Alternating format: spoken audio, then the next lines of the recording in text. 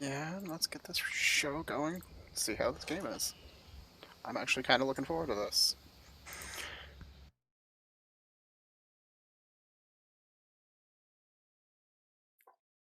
And then the game goes completely silent.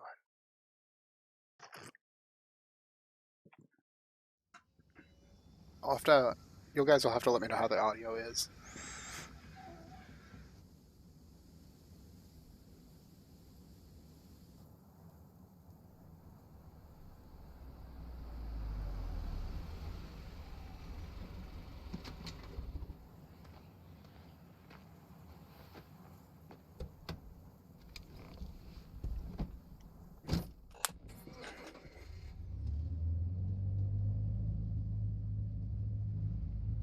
And I'm now in control.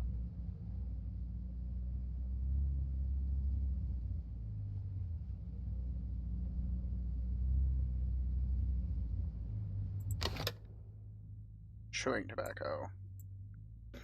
Bison.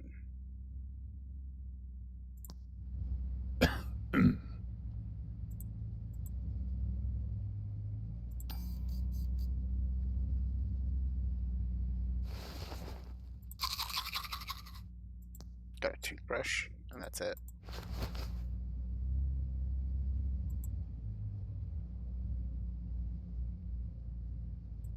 So, where are you headed? It seems a little loud.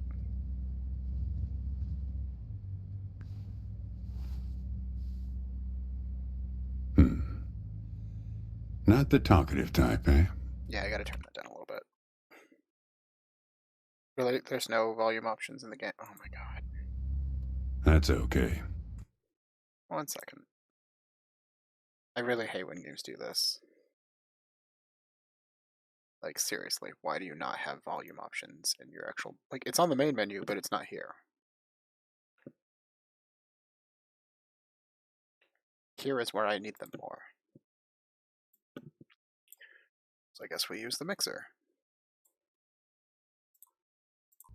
Most people I pick up are just waiting for their turn to talk. Want a raisin? They're from my farm.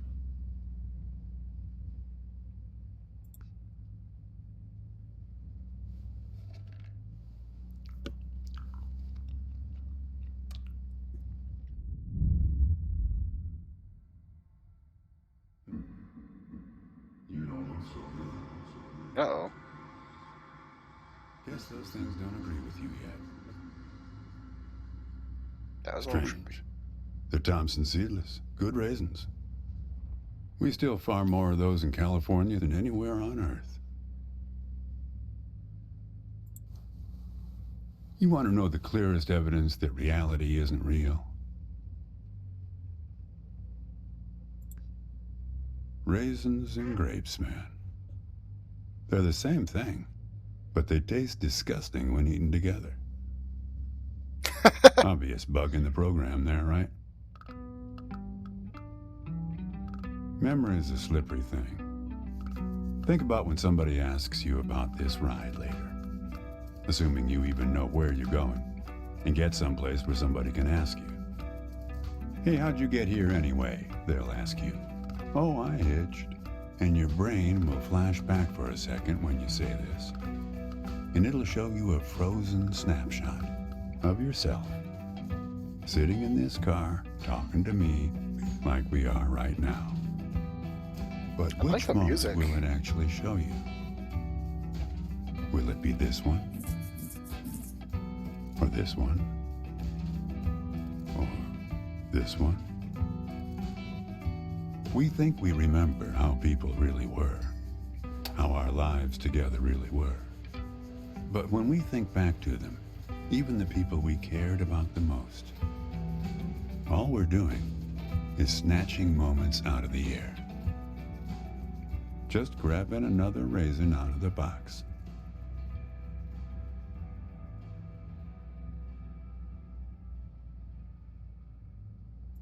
My wife. She's dead now, but you probably guessed that. Thanks, but you don't look like you're doing so well yourself. Takes one to know one, right? I can always spot someone who's grieving along this highway. They usually stand on the road with a dazed look on their face and their thumb up in the air. Young guy like you, I wouldn't have a clue. My wife, if I'm totally honest with you, I don't really remember what she looked like. Oof. Remember everything about her, just not her face. Some people have faces that are easy to remember. Doesn't seem fair. Sure, it's not as easy as people think. I'll give you an example. You think you're present in the moment? You've been talking to me for a few minutes now. What color are my eyes? Oh shit. They got me. Don't remember. Yep, not bad. Got But lucky. that's just your photographer's eye. Just figured from your gear. A lot of photographers carry that backpack. Tell you what, Ansel Adams. Do me a favor and close the window, would you? That's better.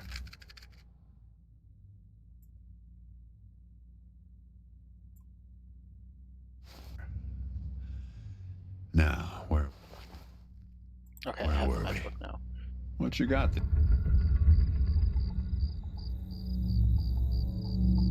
Just a matchbook, huh?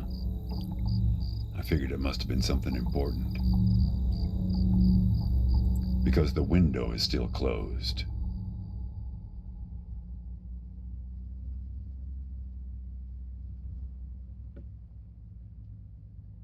Yeah, fair number. But after a while, you start seeing the same few archetypes over and over. You got the numbnuts Kerouac fans. You got your autodidact blowhards. They'll talk your ears off. You got a lot of people from Cincinnati for some reason. You got your deadheads trying to get to some concert someplace. And then there's the water bottle person, always worrying that they're going to run out of water before they get where they're going. Still, you're the first hitcher I ever picked up who doesn't have a destination. Copernicus. Well, seems like the right name for a guy who's traveling the world without knowing where he's going. You just sit back, Copernicus, and invent a language where false statements are impossible.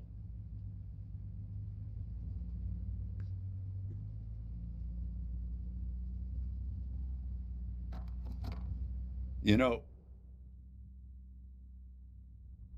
Hmm. when I was a kid, my brother and I used to drive our parents crazy on long drives like this. Our folks wouldn't let us listen to the radio in the car. So we used to make up these songs about food on long drives to pass the time. We had this one with about 30 verses, each about a different kind of grain. There was this one time when we passed a billboard for this new kind of bread, challah bread. In hell they have a hell a lot of challah bread.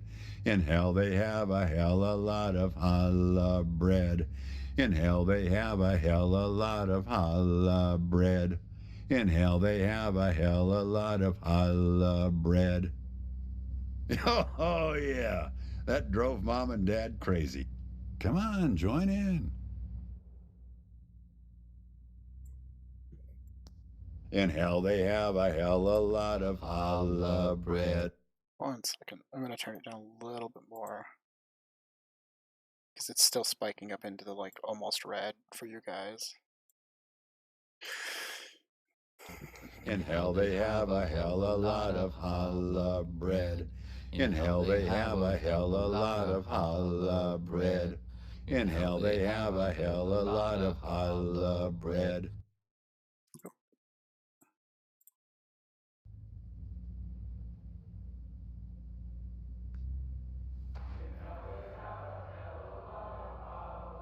Um, Actually, I'm beginning to understand my parents' perspective. Getting older is funny. It's like reading a book where less and less happens, but the writing gets better and better. Thanks. I got it from an app.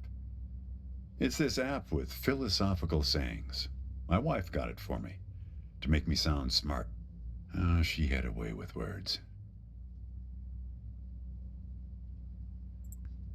Yeah, well, that all sort of depends on I which think we're doing raisin you take circles. out of the box, right? How you spin it. We were married for 37 years. People used to ask us how we managed, being married and all, working off the side of the road together, sharing a little trailer. The truth is, nobody knows if they're happily married. All they know is that it's the thing they've been doing every day for the last 37 years. That this actually makes a lot of sense.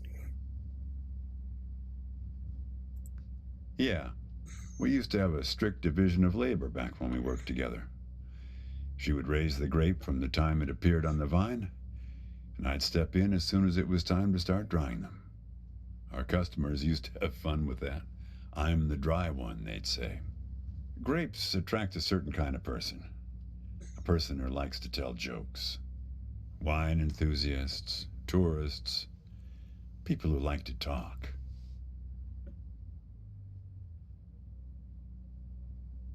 There's a photo in that glove box there of us, standing in front of our trailer. It was in a magazine. One of those stories about vanishing farmers that always pulls heartstrings with the rest of the country. It's a nice photo. The photographer caught a certain look, an expression she used, like she could see something barely out of sight for the rest of us. Here, pop open the glove box and I'll show you what I mean.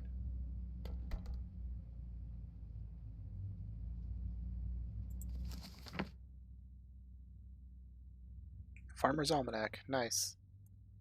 We actually had a full like set of these in my grandparents' house. Hey, where'd you get that? That's not her. And that guy there, he looks like you. I don't know. I was going to ask you the same question, Copernicus. Did he? Who gave this to you? Well, I guess it belongs to you. You'd better hold on to it. Oh shit. What woman? Well, hard to say. I wouldn't lose any sleep over it. What's that black thing in the glove box, anyway? Pair of binoculars. Oh no, they're showing me weird stuff. See anything interesting there? A windmill, eh? No idea.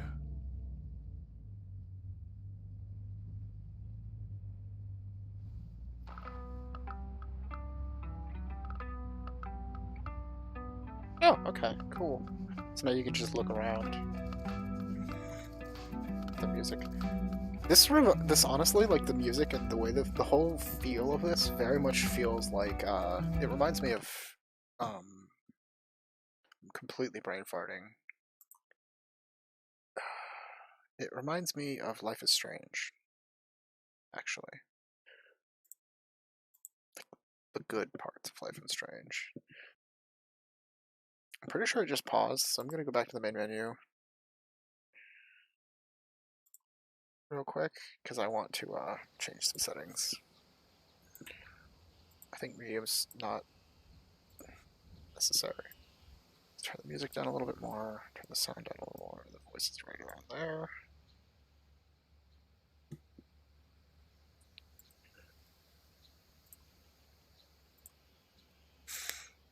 I could probably turn the quality up pretty good. Yeah, I know it's stable. Yeah, we haven't had much in the way of frame dropping and such yet. Let's go right back to where we were.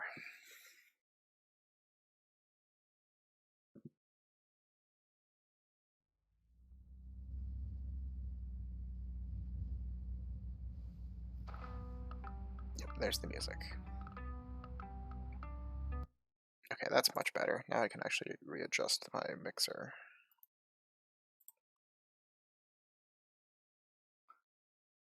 Turn the game back up a little bit.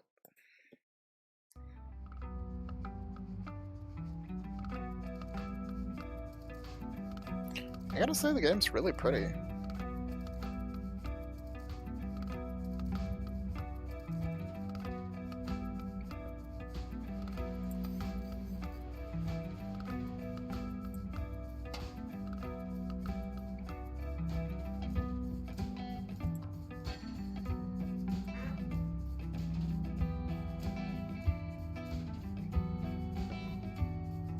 Alright, let's continue the conversation.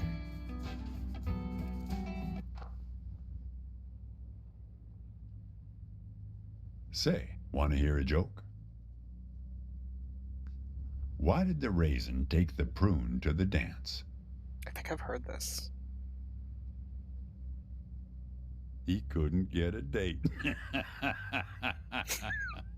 Yeah, I had heard that one. Hey, that reminds me. It's almost 4:30. You'll like this. It's my favorite. I once knew the hostess, Darlene. She used to change the tires on my truck on Highway 51. Welcome to another Interstate Riddle Hour. Here's our first riddle. Keep your eyes peeled, all you blacktop carpetbaggers. I fly, yet I have no wings. I cry, yet I have no eyes. Darkness follows me. Lower light I never see.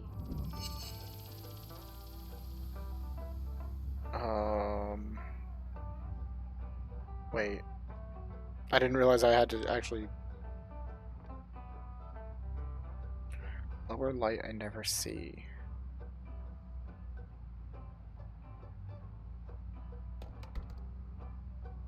I've got the almanac.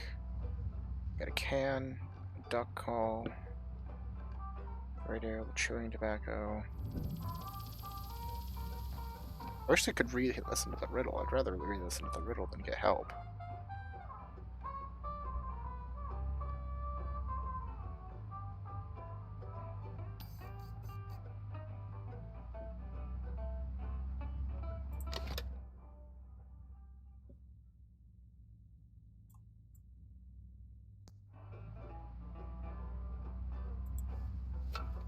Unless it's something outside.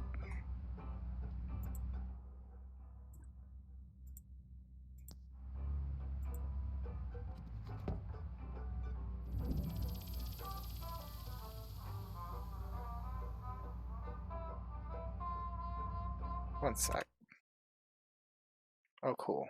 Now we're having some bitrate issues, it looks like.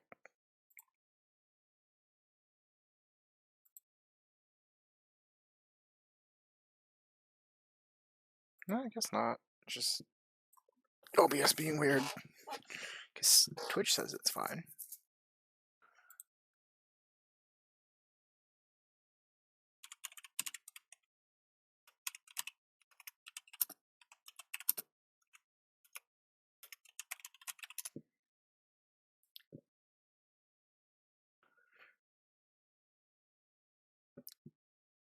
One sec. I'm gonna go look up the riddle. I'm not gonna find the solution, I just want to hear what it actually said.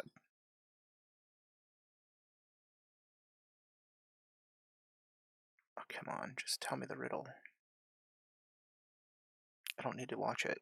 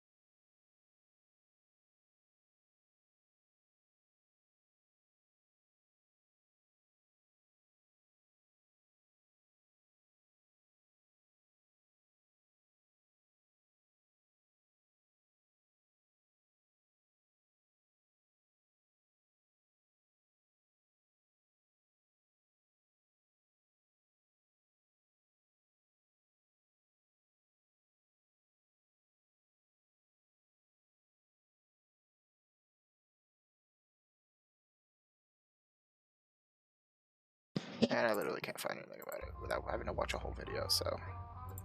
Need some help? Oh, can you repeat I the riddle? fly, yet I have no wings. I cry, yet I have no eyes. Darkness follows me. Lower light I never see. I fly, yet I have no wings. I cry, yet I have no... Or I never see. But I never see. Very good. Here's our next one. Oh, that makes sense. A gatekeeper forever bound. He opens and shuts with a similar sound. Need some help? I just want to hear it again. A gatekeeper forever bound. He opens and shuts with a similar sound.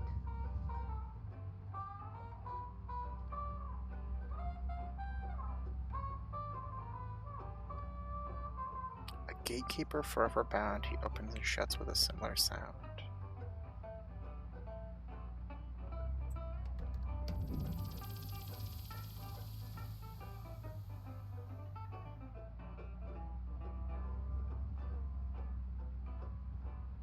Just gotta find the right item.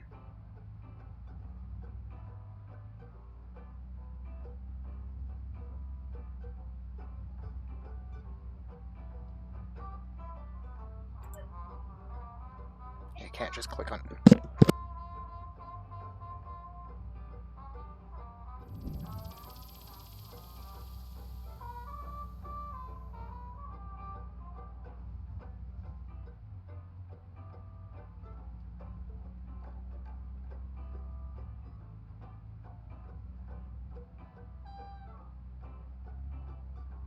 And yeah, we've totally been doing circles this whole time, I just realized. Like, I knew I kind of felt like we were, but we definitely are. I don't know what to guess. You want to give me a prompt to guess anything?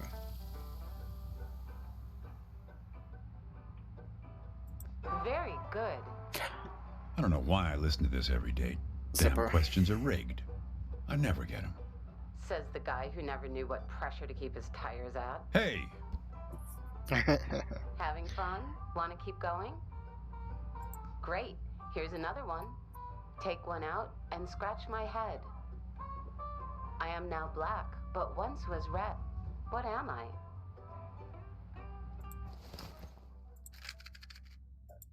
Well done. Okay, here's a tough one.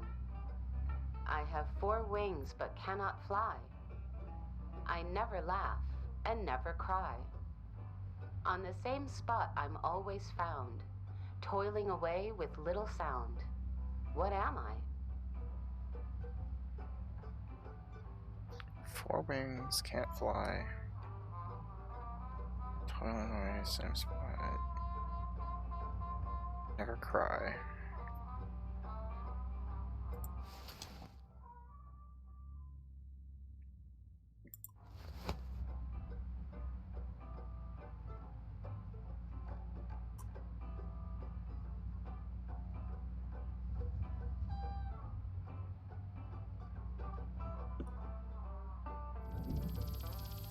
This game, I get that. Need some help? I have 4 wings but cannot fly. I never laugh and never cry. On the same spot I'm always found, toiling away with little sound.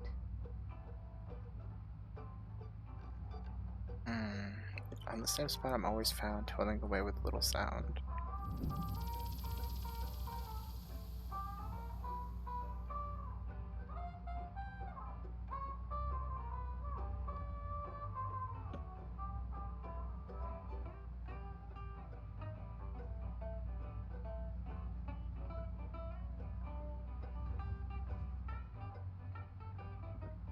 Four wings, but I cannot fly.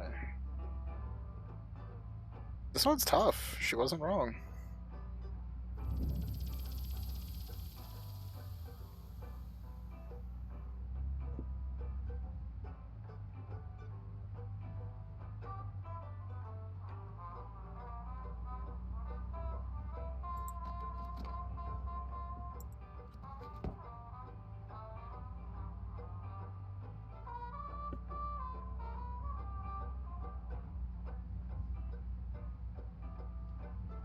Yeah, I'm not getting this Need one. some help? Round and round we go, people.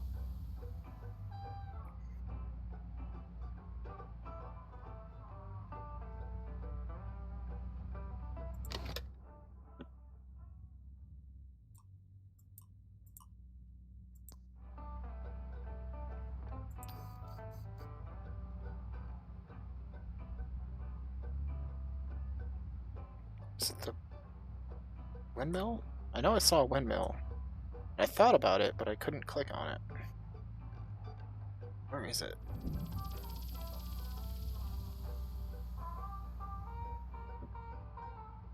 Do they call those wings on that windmill? I don't know. I'm not a windmill expert. We're going the wrong way. I want to go to the windmill.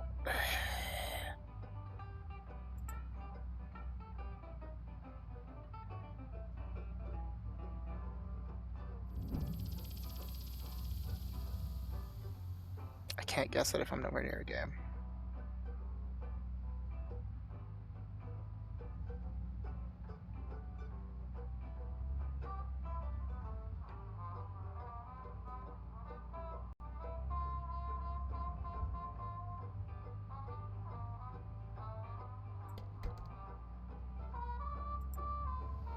Oh, right, the windmill in the...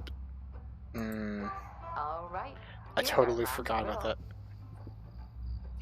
He lies without touching the ground. Oh, come on, Darlene. He lies. Damn it, Darlene. I should have tipped her better when she changed the tires. She's been out to get me ever since. Look, she isn't being straight with you, kid. Check the photo, Copernicus. The photo in your bag. Then you'll see. Oh. Shit changed. She's in trouble, Copernicus. You must help her. Things like that happen all the time on this highway. It's nothing to lose your scrunchie over.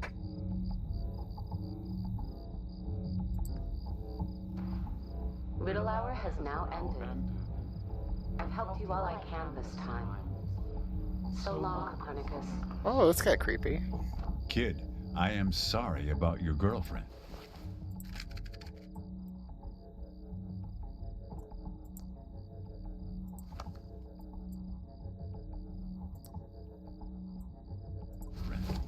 But I had nothing to do with it. It's just the opposite. I was sent to protect you. You did. You picked this car every bit as much as I chose to stop for you. You picked this car, picked me, not to feel anything. Let's not kid ourselves. You don't seem like a guy who wants to remember. Kid, just let it go. There's nothing for you down that road. Nothing but hurt. Look, I admit I lied, but only about one thing.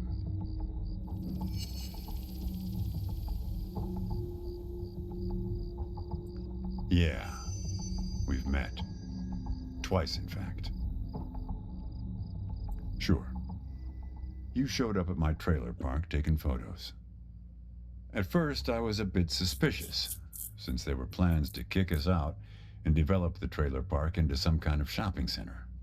But then it became clear that you'd been sent here by a magazine to do one of those stories about vanishing farmers that always pulls heartstrings with the rest of the country. The woman in the photo? No, I didn't actually meet her. I just know what you told me about her. She was backpacking around Europe without you. And you? You weren't taking it so well. Oh, I know a lot about you. I know about the phone number in the matchbook. I know you didn't show it to me. Kid, I told you, you don't want to go down that road.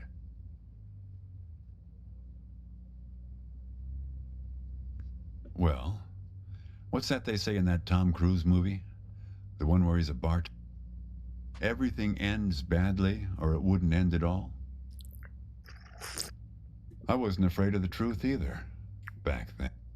My wife, when she got the x-rays, when she knew, Mm. she decided to spare my feelings. Didn't tell me anything. Hid the x-rays in one place I'd never suspect, because it was so obvious. Stayed closed until today, till you came along. And that's what you liked about me when we met. When you came to take those photos, you said you admired my fortitude. I had to look up at least one of those words in the dictionary. Turns out that you just meant my not feeling every little thing that's gone wrong with me. Well, that's life as a raisin farmer. We're not known for live casting our power ballads. Each raisin is a little setback that you've learned to live with. You don't dwell on it or try too hard to remember. I wish it was that simple, kid.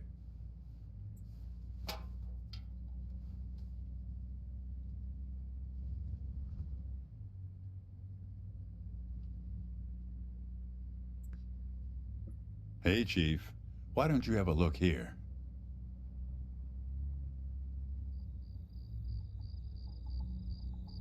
He appeared on this highway about the same time you did.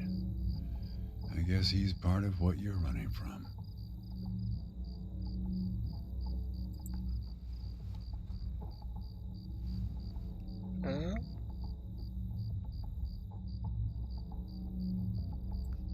Not sure. You can't see him directly. He only shows up in mirrors, windows, pictures. Well, we haven't talked yet about the second time we met. That's the thing. It's a little hard to explain. Better if I just take you there. It's just a quick detour. We'll be there in a minute. Excuse me. Going to the windmill.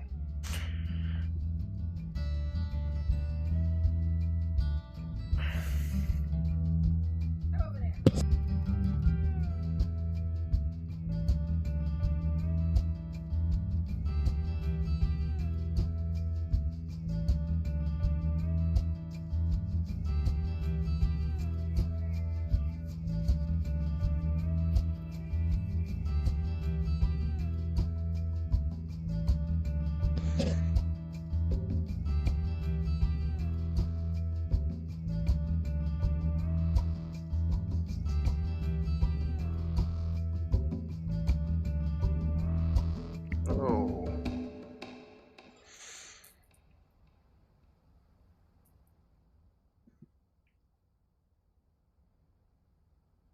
A man travels along a road until he reaches a gate at the top of a hill. The road has been long and straight so far, and the going has been easy. But now the man can't go any further, so he takes a seat by the road to rest. The man waits, and after a length of time that seems neither short nor long, the gate opens, and a guard appears.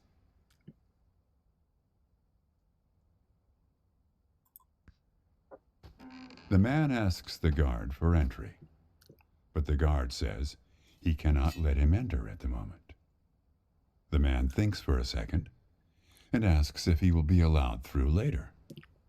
It is possible, says the guard, but not now. The gate now stands slightly open, and the man tries to look through it longingly. His journey has been easy so far, and he misses the feeling of the open road. The guard notices and laughs. Even if you could gain entry, there are many gatekeepers after me. Some are much stronger than me, and I'm afraid to look upon them. So there the man waits, for days, Months, years, waiting to enter. One day, when he's given up hope of entering, a single question occurs to him, one he has not thought of before. Why, he wonders aloud, are there no other travelers along this road? Mm. All these years, no one but myself has waited in front of this gate. The answer to this question comes from a voice near his shoulder. It is you who made this gate, says a bird perched nearby. So it exists for no one but you. But why? Asks the traveler. Why would I choose to stop here?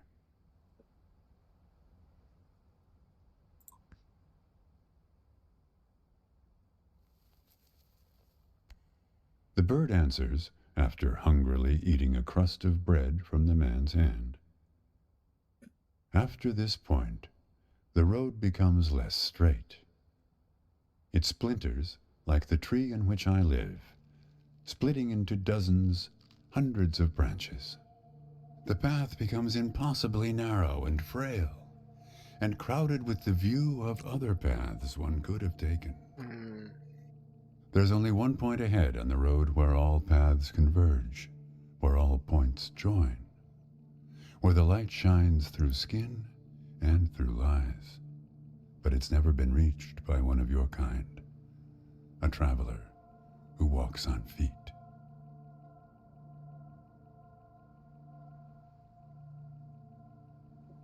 Shoo!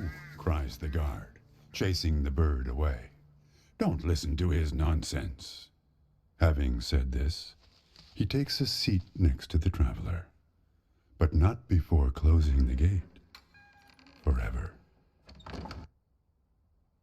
So when you think about it, who knows how long we've been sitting here, just like this, on this road. Take it from me. It's better to face things with, what's it called again? Fortitude. Mm. Better not to feel too much. Want a raisin?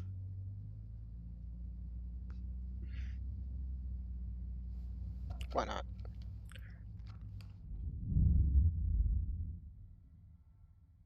See? You're getting used to them. Life is like a box of raisins. That's some Forrest Gump type wisdom for you right there. Here, I'll leave the box open for you. Help yourself.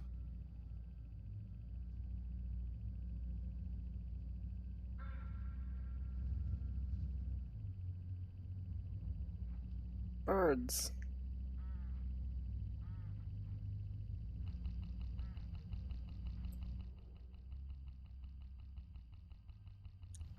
Why not? We'll eat another raisin. Look, hooded crows all along this road. I have to chase these for my farm every harvest.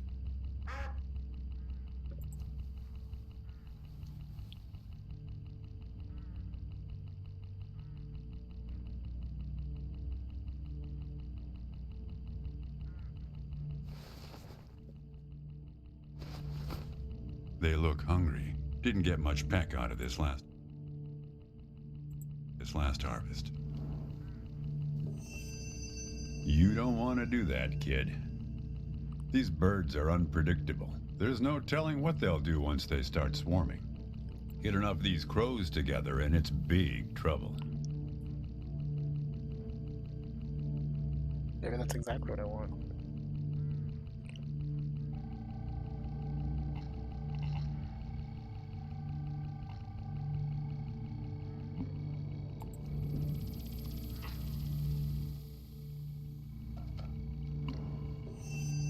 You're making a mistake, kid. You don't know where they're taking you. Look, I'll help you. I'll help you figure out what happened when she came back from Europe. Look, I get that you're mad, and I don't blame you. But you don't know what's out there, kid. What other drivers on this road are like. Stay with me. and things will play a whole lot safer. All right, I guess you made your choice. Don't blame me for what happens next. Now you've done it. They've taken control of the car. I don't know, Copernicus. Why don't you ask them?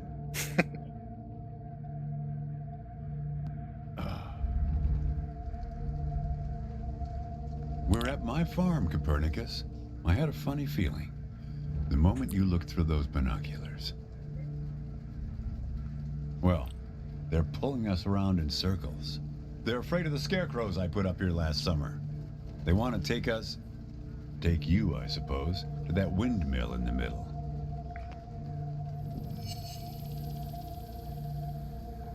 How do I do that?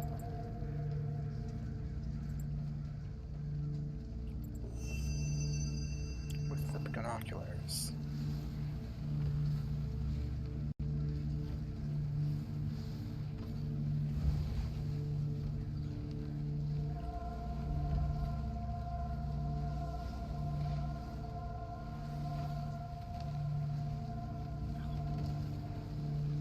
You need to rotate the scarecrows. See if you can find something in this car that might do the trick. Let me hit the crank, game.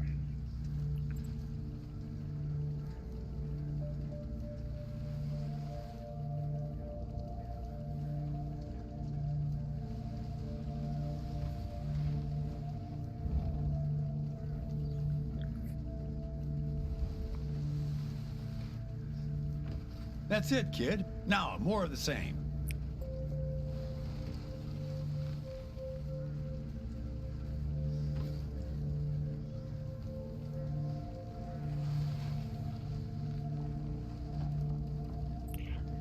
Almost there.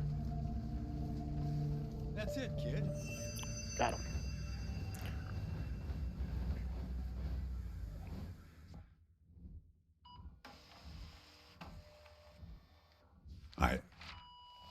I think it's for you. They have a way of leaving gifts once you've fed them.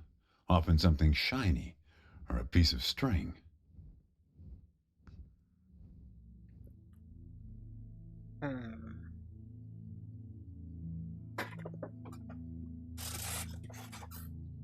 I'm going away for 2 months. I'll be back before you know it. It's practically a cliche. Going to Europe to have new experiences, and yeah, it's corny, but maybe find myself. I guess I'm just worried that you'll find yourself but lose me along the way. I'll be back before you know it. Promise. Here's a security deposit. What a weird box. Did you win this at the circus? It's great, right? I'll send you something special from Europe to put inside, so you know I'm thinking of you. And then we have our road trip together when I get back. You won't miss me anyway. You have plenty to keep you busy, like that job in California. The story about the vanishing grape farms. You're right. I'm worrying too much. I love it. Does it lock? In some other world, it must, but not here. Okay, trade you a memory box for your Polaroid. Say cheese.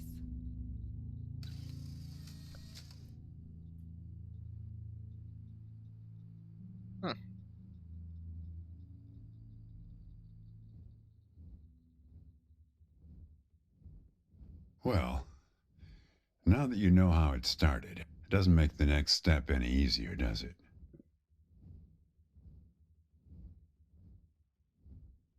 Listen, I disapprove of just about every choice you've made on this trip. But I like you, kid, and I can see you've made up your mind.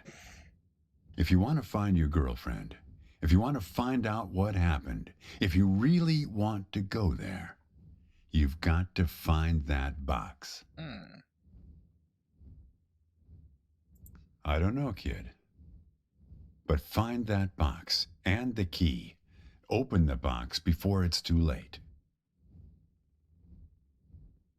Well, this is where I say goodbye. Unless you want to help transport 4 bushels across. Nah. Just remember, there are many more gates ahead and many more guards. I'm pretty much the friendly drunken uncle of the bunch. Well, good luck to you, kid. Oh, one more thing. What did the grape say when he got run over by the car? Nothing. He just gave a little whine. Good luck with your search. That was a good joke.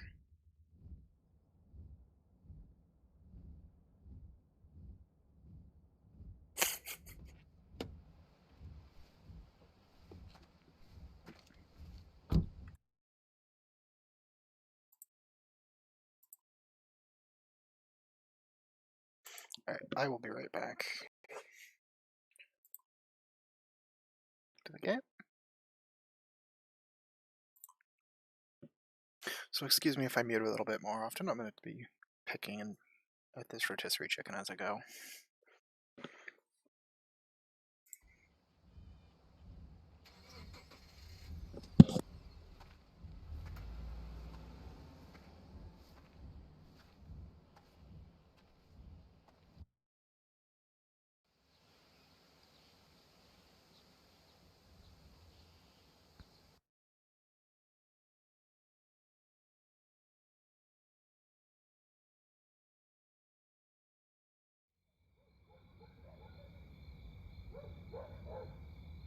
It's the second house on the right here. No, wait, the third. Don't you remember where it is? I thought you spent your whole childhood here.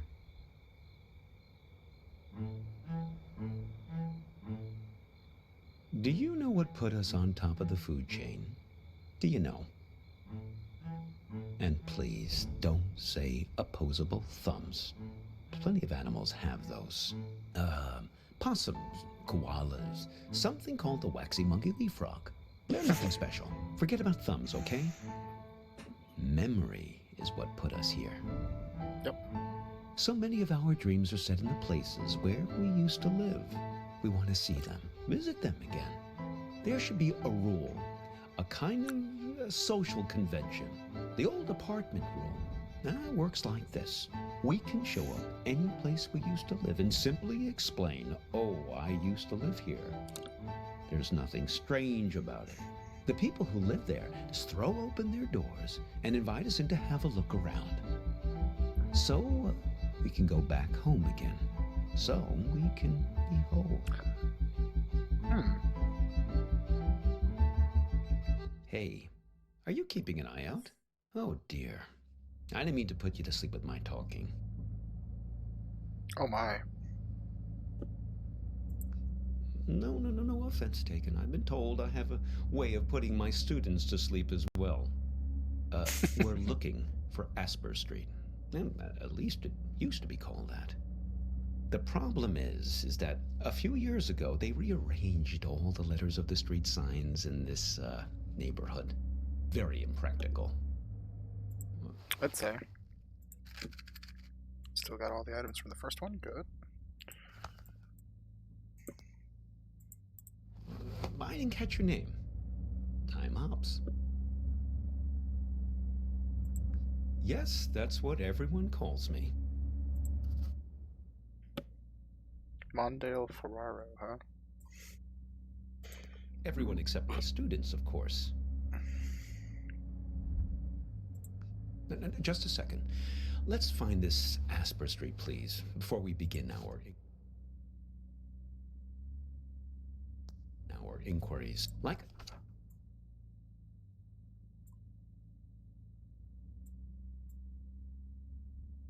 That's going to probably be important.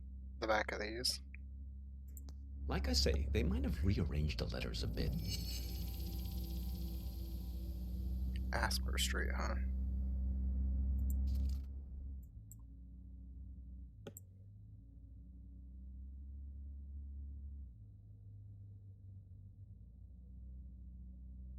That's quite the hotel room.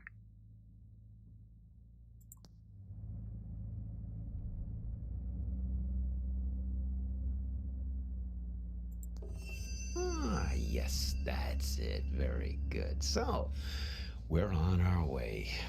Pears. There was something you wanted to ask.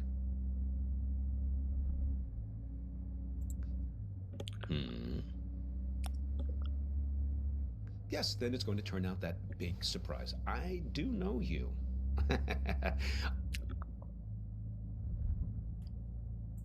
A person trapped in the radio? Oh, yes. We've all met you along this highway. I picked you up because I could tell you're looking for something. Something you've lost. Now, we're all looking for something on this road. I've never met anyone who wasn't.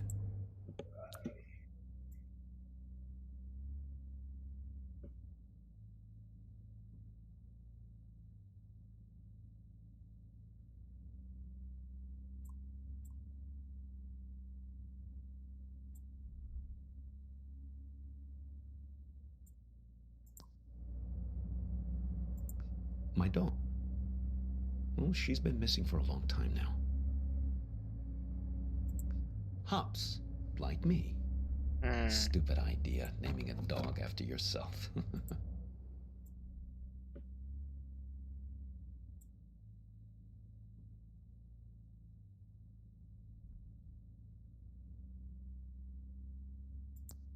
They constantly think they're being trained. Every time someone you know stops you in the street.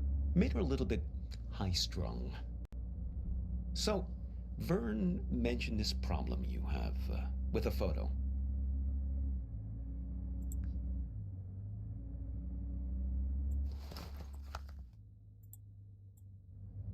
So, you're looking for her. What happened to... Well, a singed photograph is never a good sign. I'm sorry, though. You don't remember anything?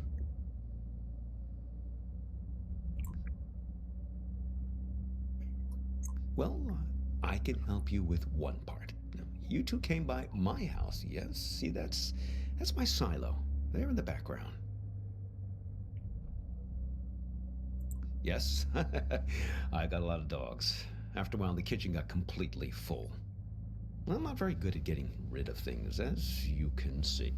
Anyway, I invited you two in and put the kettle on the stove, but you never wound up making it to the front door. There was some kind of argument. No, just you two doing the arguing. She suddenly had to take a call. You got impatient. Now, I don't know, but you didn't seem happy about it. I had the feeling it was a recurring thing. Someone who's in the habit of getting in the way between you two.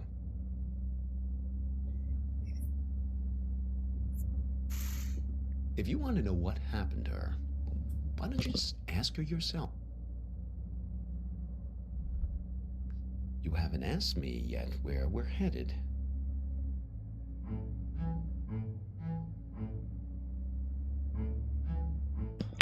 Oh boy. The warehouse of lost things. Ooh. Impressed?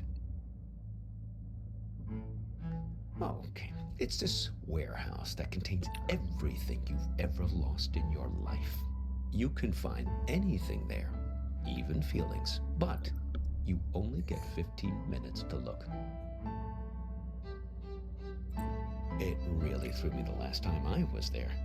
I got distracted by some mittens I had as a kid. Left them at a bus stop sometime in the mid-60s. After that, my parents bought those things that clip your mittens to your coat so it wouldn't happen again.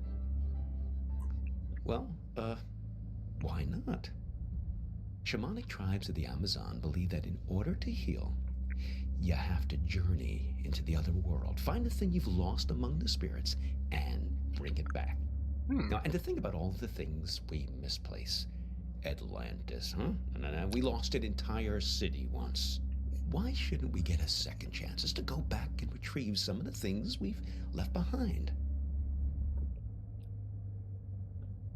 I suppose. Well, I've never looked for people. It definitely works for pets, though.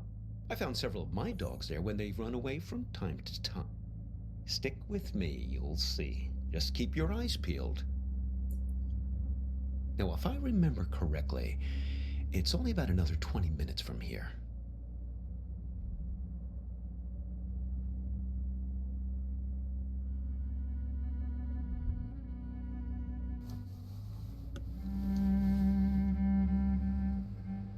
Okay, that's the break point.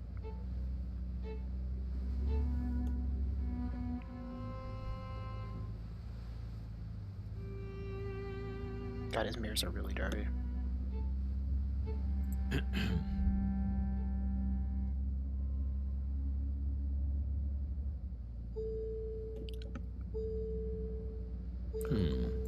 Peculiar. It's nothing. I'm just wondering about this green light. Are you one of these people who's good with cars?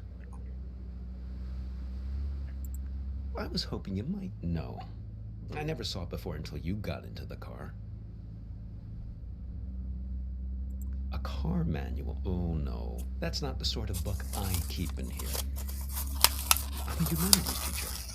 No, I think I'll wait to find a mechanic someplace. Perhaps that part-time quiz show hostess. Ah, the green light. The epic sense of man's urgency. The future that keeps receding from us. Yes, I suppose you've read The Great Gatsby, too. Excuse. It's probably nothing major, just a reminder to get something. But what do I know? I'm not the technical sort. Oh, we could ask Lola. Well, she's very good with these things.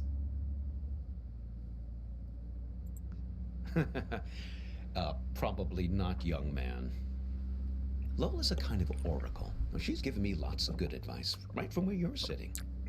Besides, more to the point, I'd like to check with her about directions, just to make sure we're pointed the right way.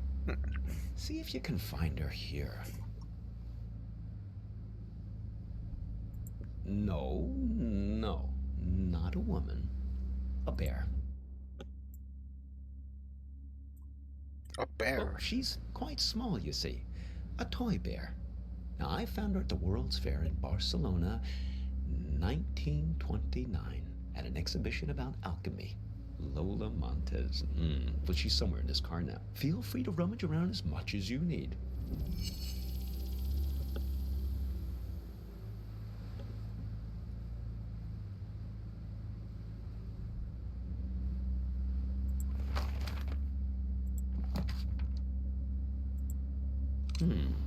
What have you got? Interesting. Looks familiar. There she is. Ah, Lola. Put her on the glove box lid, my boy. That's where she likes to speak.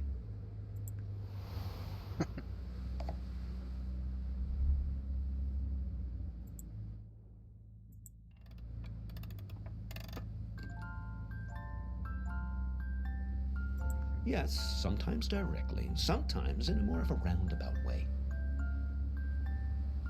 Lola dearest, now I'm here with this young fellow here, and well, the warehouse. Now, it's left up here on Concord Avenue, right? She's not ready to talk yet.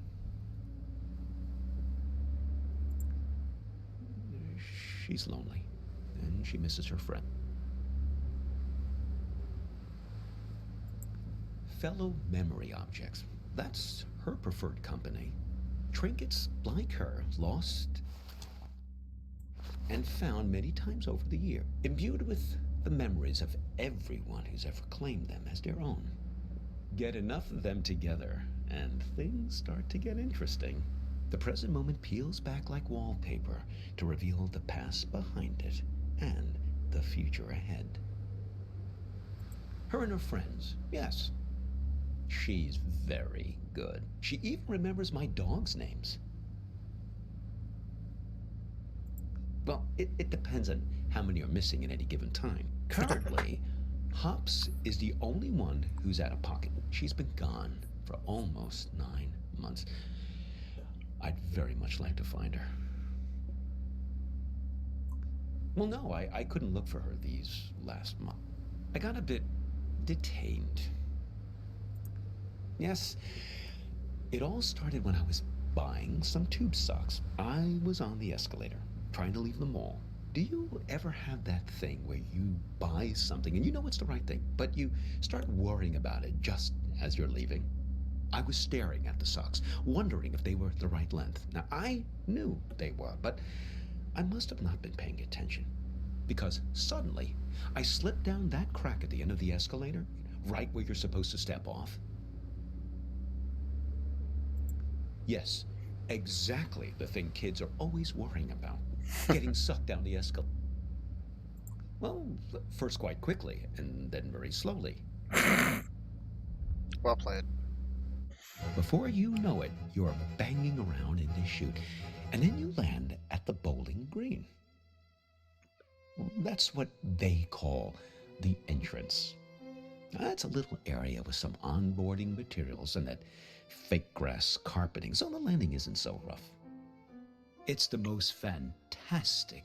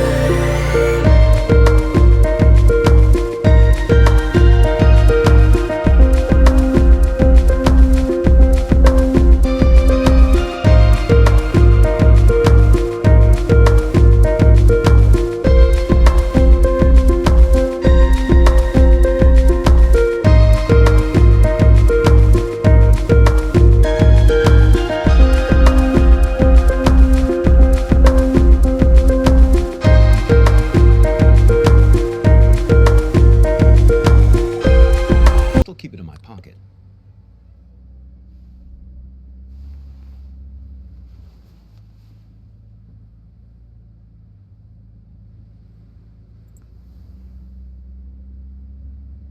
Oh, look.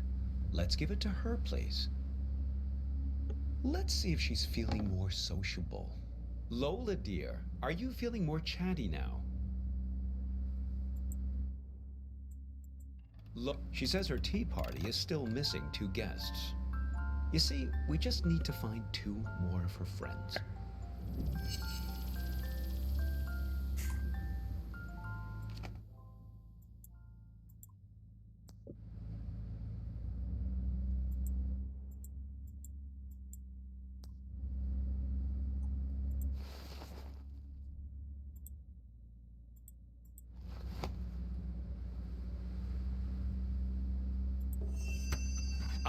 Of course. My audiobook about the Gulag makes perfect sense. Only one more object to find now.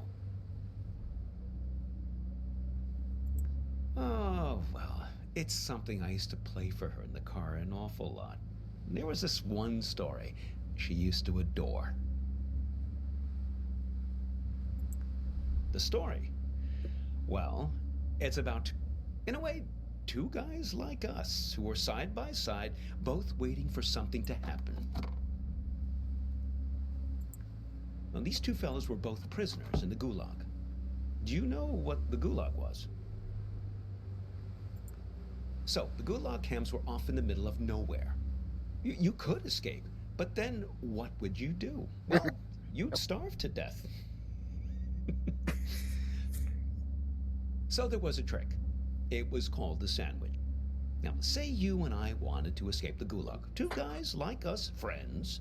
We'd recruit another guy, a third guy, to escape with us. Now, preferably a nice, fat, buttery guy. The fat guy was called the sandwich because the idea is that the two buddies, us, would kill and eat the sandwich on the way home to survive. It's great, right? Maybe I didn't tell the story right.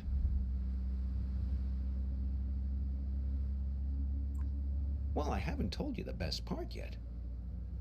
Well, there was one time these two guys escaped with a sandwich. But there was a problem. They finished the sandwich too soon. Didn't ration him out long enough. He was all gone. And they still had days to walk through the Siberian tundra.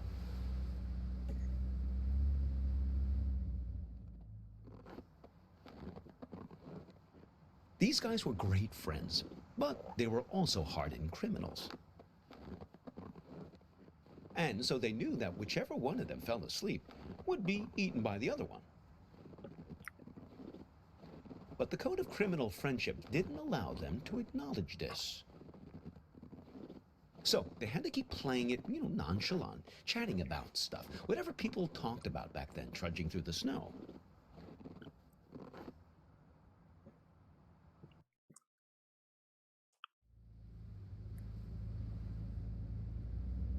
Who? Oh, those two convicts. Oh, no. One of them fell asleep and got eaten by the other. But it's their ability to keep face that I always think about. Their honor that couldn't admit any suspicion. I mean, you don't totally trust me, right? Well, I can see you looking out the corner of your eyes. You don't think I know where I'm going. No, you don't.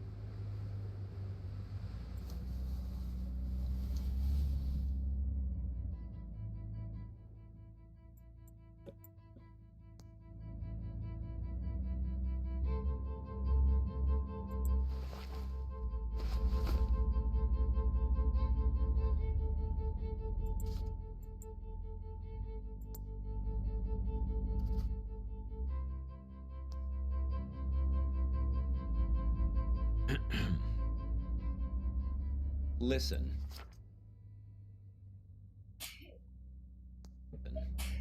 Can I ask you an honest question? Okay, here goes. This girlfriend of yours, why is it so important for you to find her? I mean, okay, the burnt photo, damsel in distress, etc., etc. I get it. But if you can't remember anything about her... We'll always have this. See? This is Lola's influence. It's starting to work. You feel it, right? All you have to do is find your way back to me. Let's keep him as our pet. You two didn't even mean to capture it. It just flew into the empty bottle.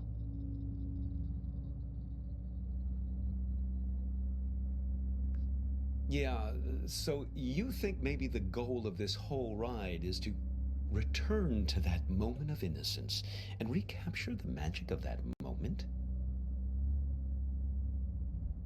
Can't repeat the past. Why, of course you can.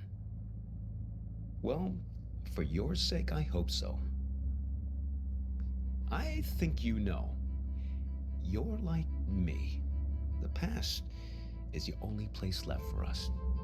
When we were young, we thought the past could only tie us down. Everything we wanted, freedom, lay ahead on the open road. Well, that was yesterday, and this is today.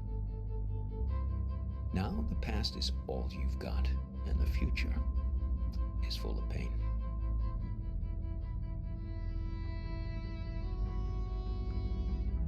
Well, when we get to the warehouse, remember to keep an eye out for a firefly in a glass bottle.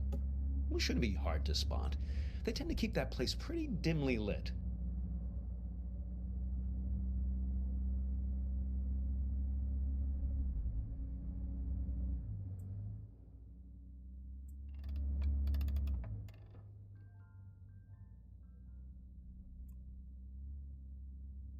Bottom looks like a cassette. There's a key.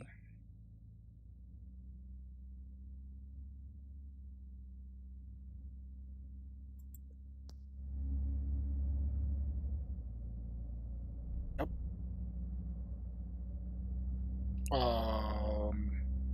It's the raisin. Oh, look. Looks like Vern started doing some advertising. I guess he's finally decided to take matters into his own hands. Normally, he's so stoic, letting things take their own course, never complaining.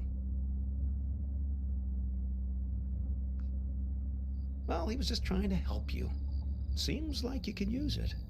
You're totally infected with this frontier spirit, am I right? Always move ahead, always continue along the two-lane blacktop. Maybe Vern exaggerates a bit, but at least he knows these parts. You should turn back here. No, I'm serious.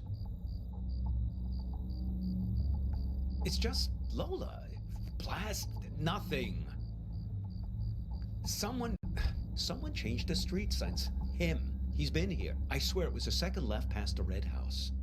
But don't worry. Don't worry. We'll find it. It's right around here. No, it seems to have disappeared along with the car manual. I just want to find my dog.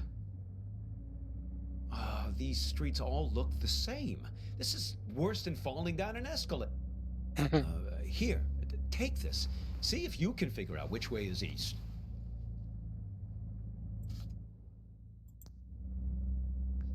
Are you sure? I mean, look through it and see if it tells you which way is east. Oh god.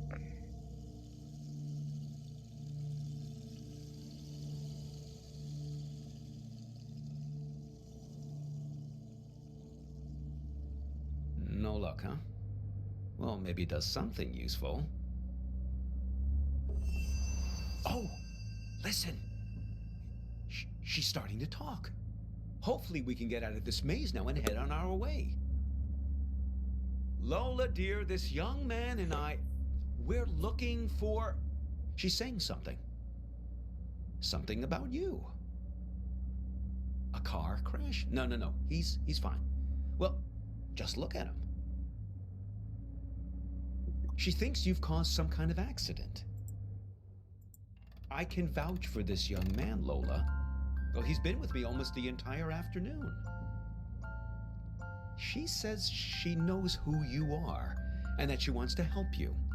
She's gathered these memory objects for a purpose, for you to put together, to bring you earthly knowledge, she says.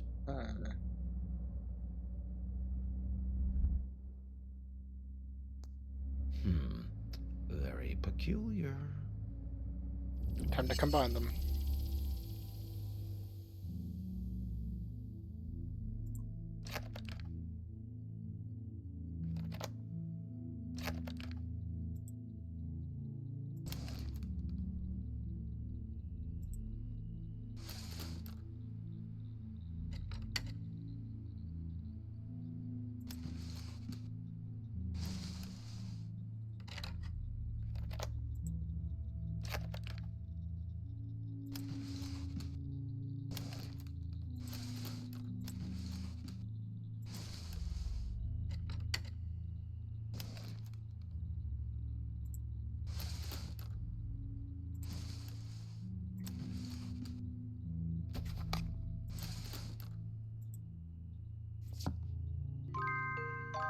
It's a camera.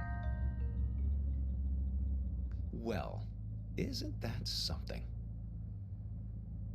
It's alchemy, my boy. Art. A camera. Your means for turning water into wine, redeeming the past, renewing memories. Well, nothing needs redeeming more than the American suburbia. Now, am I right?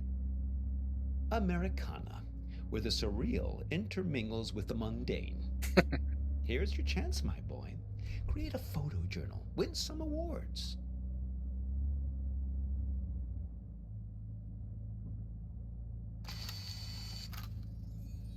Fireflies, sent directly from your memory, I suppose, to guide you.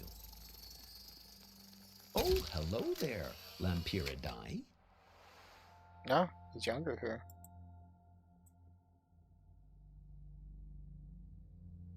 Oh. Ho, ho, ho, those sideburns. Don't let my students get a hold of that. I think they're not done yet. They want you to take more photos.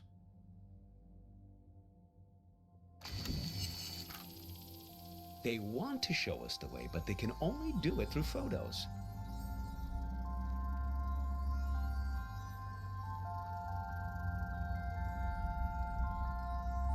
This is interesting.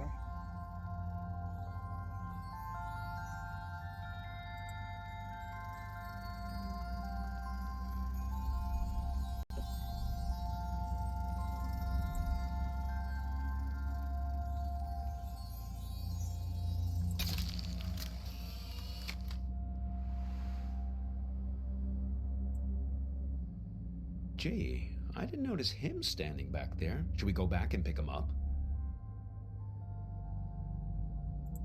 Who is that guy anyway? You don't sound very glad to see him. I think they're not done yet. They want you to take more photos.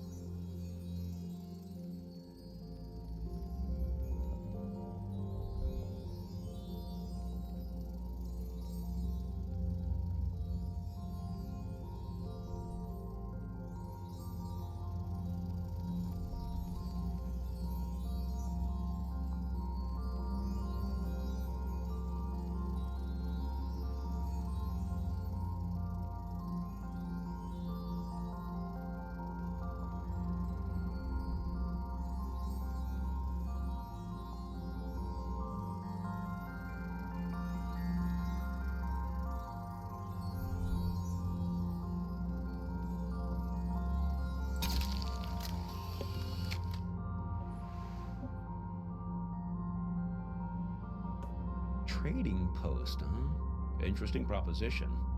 I expect you get something rather valuable in exchange for this particular camera. Perhaps.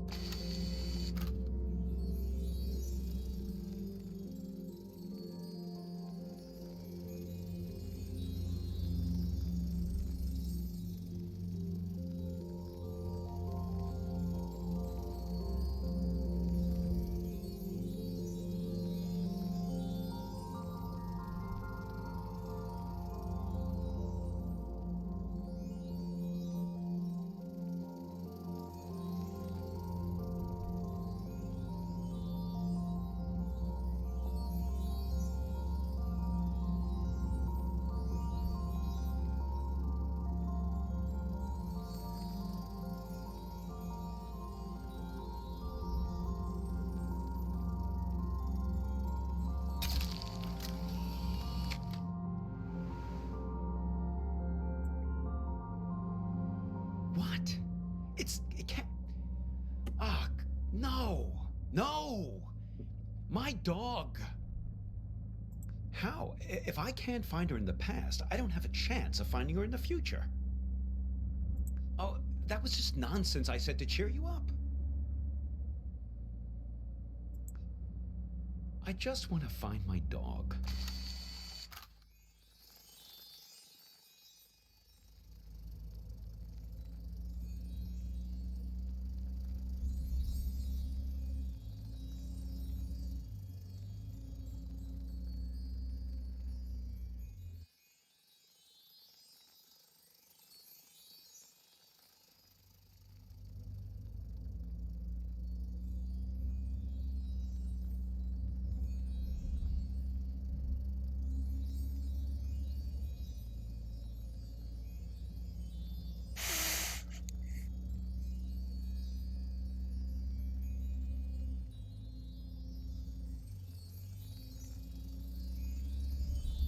Such a trippy, Is weird that a game. dog collared in a string? I suppose, but what's happened to her? She's invisible. She's lost in time since the warehouse closed its doors. That's it. Capture her with that camera of yours.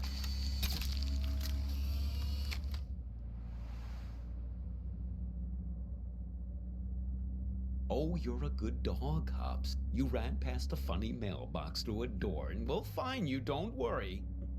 We've got to find that house.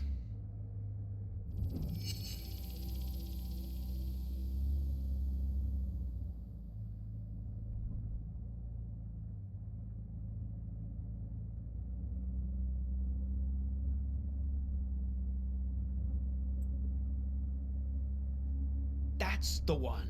Hang on.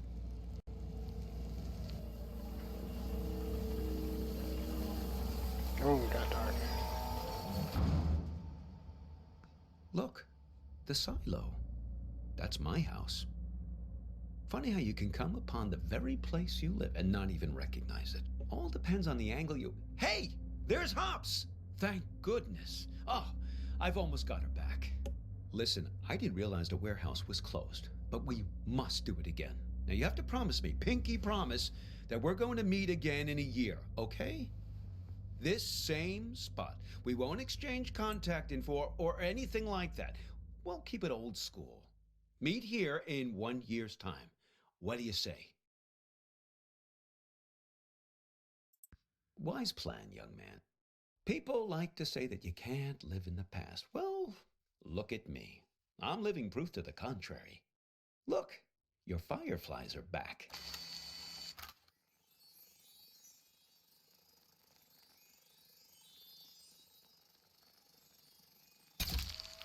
Seems like they're waiting to give you one last memory.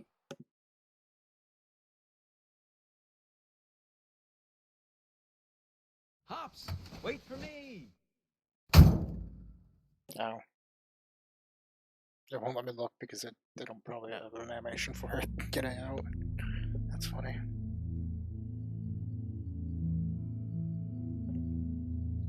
I just think it would be fun to ring the bell. I lived here my entire childhood. I feel like I have the right. Sure, but we better make it quick. Lots of driving to do still.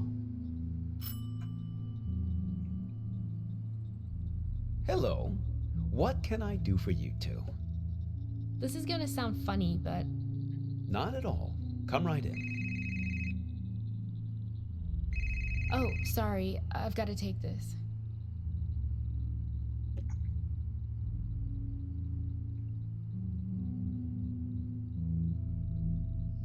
To me, it's perfect here.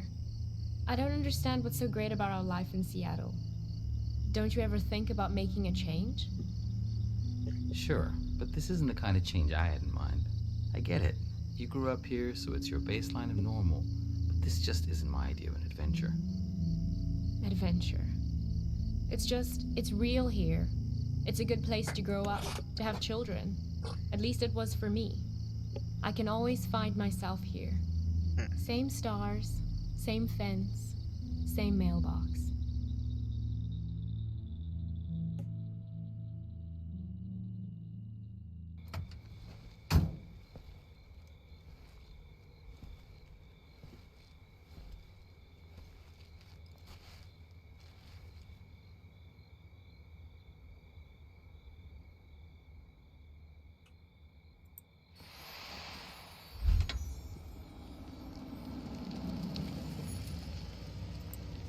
Hey, you need a ride someplace?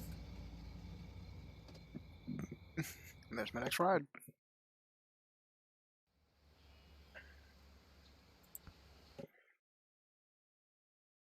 Leah.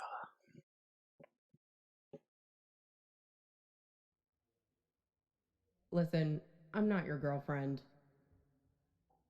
And I'm not your mother. But you'd better finish that pickle, or else I'm stealing it. Me? I'm a waitress, dummy. Waitresses have to be whatever people want them to be. Well, feels like forever. At this point, it's less what I do and more who I am.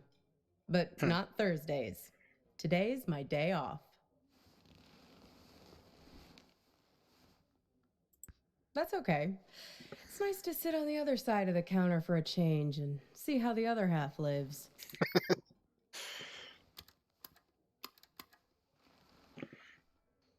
This music, isn't it dreamy?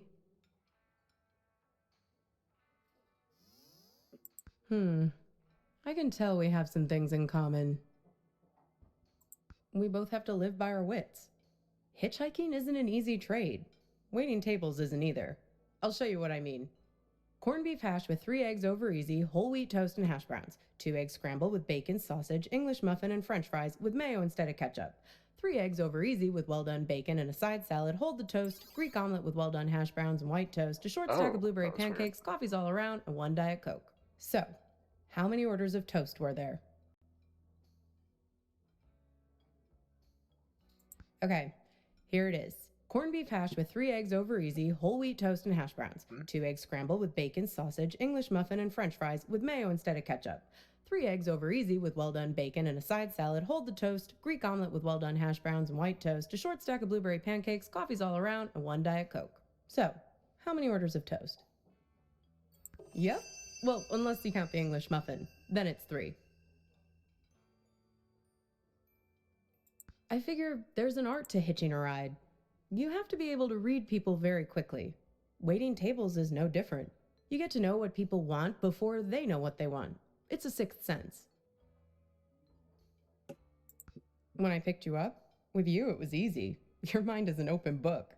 Seeing you wandering through that street in the suburbs, clutching that strange blue box like a talisman, I could see that you needed a good rest, a good meal, and a dose of friendly advice from someone who's looking out for you. It's good you managed to lose Hops back there. Let me guess, did he try to make you promise to meet him again? Yeah, we've all made a few of those. This highway is practically paved with broken...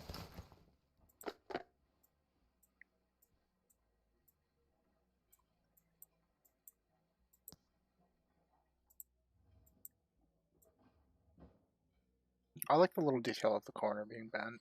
Like, that's a nice touch. broken oaths sworn to Hops, patron saint of useless stuff. He doesn't mean badly, Hops. He's just a bit stuck in the past. That's why he has all that junk in his car. Can't let go of anything. Can't change. People like to solve problems with the tools they understand. Hops thinks all the useful tools are in the glove box of his own memory. That's why it's good you got clear of him. He's a bad influence for someone like you. That's good. You can't live in the past. Well, judging by the faces in this place, you can't live in the present either. Look at these blue screen zombies. Everyone glued to their phones. Depressing.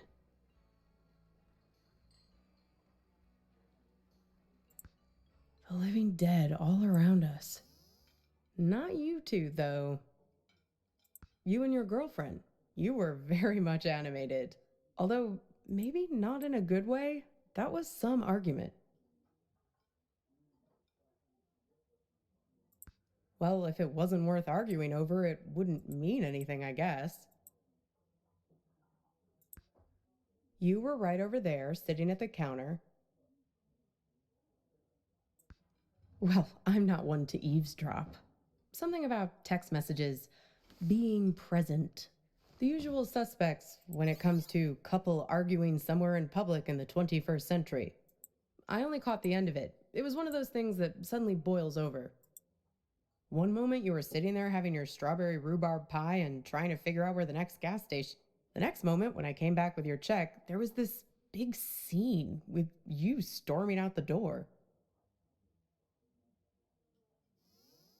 Beats me. You didn't come back, though. She hung around for another 20 minutes, mainly talking on her phone. Then she got her stuff and left. Seemed like she was making a plan to meet somebody. Nope. See, I'm not that nosy. Stuff's But when I was wiping down the counter, I found this. This is really cool. Have a look. You might find it interesting.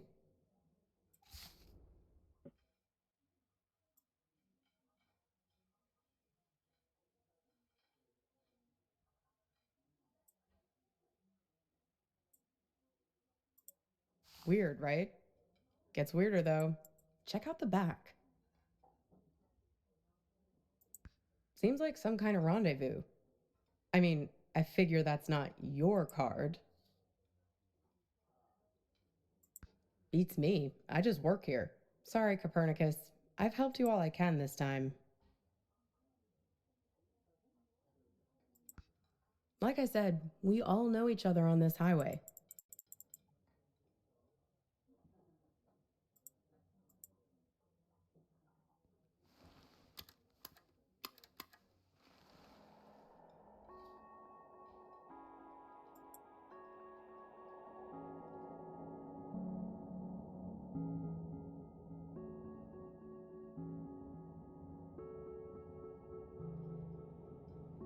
I don't see anything else duplicating and moving yet.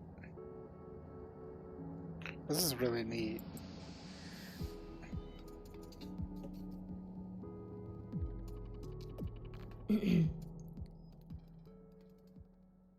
Pass me the menu, will you? I want to see if they have the seasonal milkshakes in yet.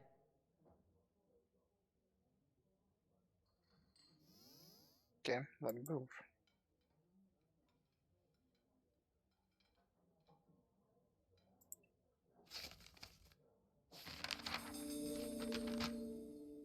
Aw, look at that. It's like a little map of your adventures. How convenient. Even your gas station is there.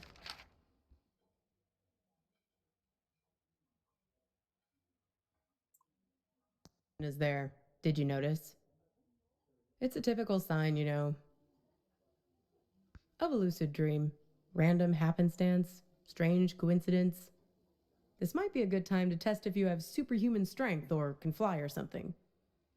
I think I'll have peppermint mocha or vanilla caramel.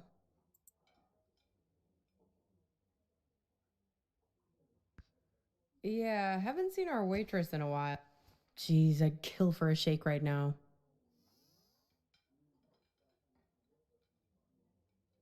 Well, things become real when we invest meaning in them, when we make them real. It's not a theory. There's a poem about this. A guy is having an argument with his friend. He's freaking out because the meaning of every word, everything, every idea seems to be falling apart. After a while, I understood that talking this way, everything dissolves. Justice, pine, hair, woman, you and I. Exactly. Booth, menu, you, I, mustard, mustard. It all starts to dissolve. It's my day off reading.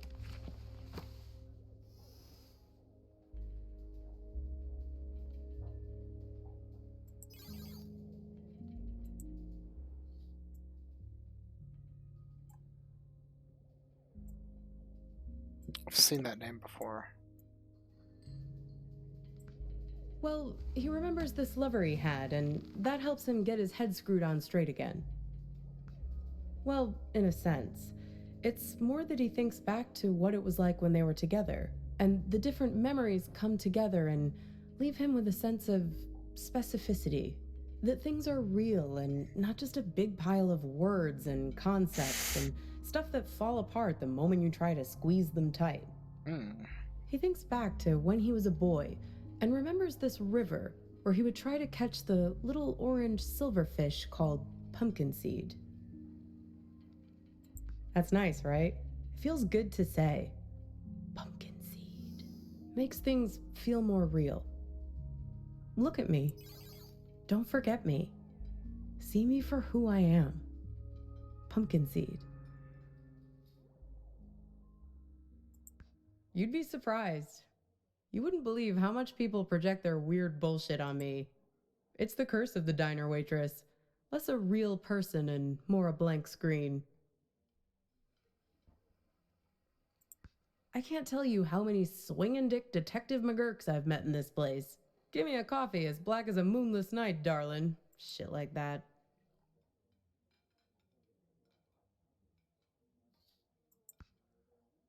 Are you sure about that? Or is that just what you... You don't seem to realize that you're the one pulling the strings in here. Well, everyone has an agenda. People think they come to a diner for food, but they're really looking for something much more profound. They want something, and at the end, they settle up. You bring the bill, and they have the chance to make good again. Everybody wants to be forgiven. It's a simple transaction. You're no different. Well, there's that box you're carrying around and want to get open. You're here looking for answers, but only the warm, cuddly kind. You're not going to hang in when it starts getting heavy. It's not just you. This whole modern problem of people not really being present, it's everywhere. And technology only makes it worse. Once the robot doubles started showing up, that was the tipping point. Robot doubles. The first models were so expensive, only Silicon Valley types could afford them, like electric cars. But pretty soon it got to the point where basically anybody could afford a robot double of themselves. You could pick one up at Walmart, one aisle over from the toilet paper and the firearms. Even the company that produces my cheap-ass phones started them. They claimed they were on a mission to disrupt the human space. I hate that word, disrupt. Pretty much anything you want, but there's where you have to be careful. It acts like you, but it only performs at about 70% of your capabilities. It's you, after a bunch of drinks. So, if you're smart, you only trust it to do really simple things for you. Go to the post office, jury duty, fill in for you at your boring job. But people are lazy.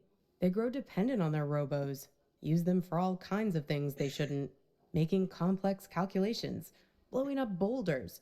People send their robos off to be with their wives, their families, while carrying on affairs. Check it out. Imagine you and I are in a relationship. Then you notice I'm acting a little slow. My eyes aren't focusing quite right. Like this. Look. See it? So now you realize that I've just stuck you with a pile of bolts for the evening. Right, so here we are. Two dummies out on a date together. Would your robo be smart enough to know that I'd sent mine? Or would they keep it a secret between themselves? All kinds of ethical issues, right? I don't know. I know you're trying to make your eyebrows move weirdly just to mess with me. Did someone stand me up with a robo? No, not exactly. It's more about this thing that happened to me at work once. It happened in my former life as a flight attendant. Grab that thing and pull up a chair. I'll tell you all about it.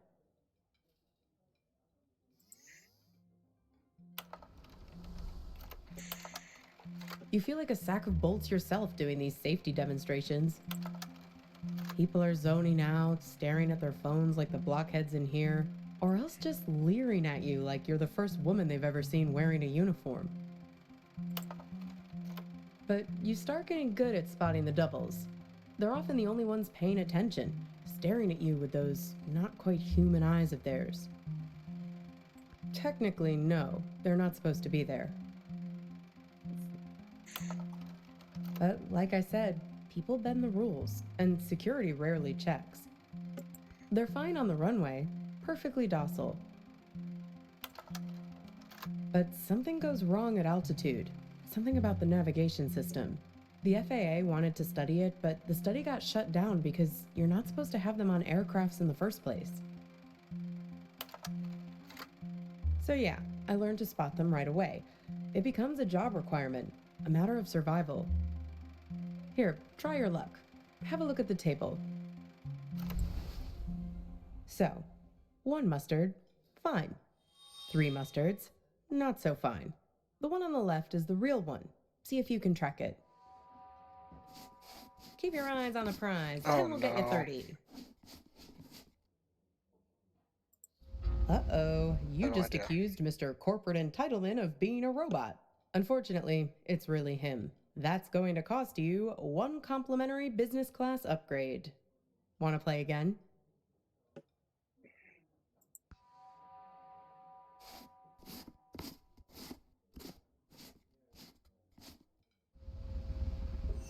Very good. You have successfully enforced airline regulation. Want to play again? So, where was I? Pick that up again, and I'll show you what happened next.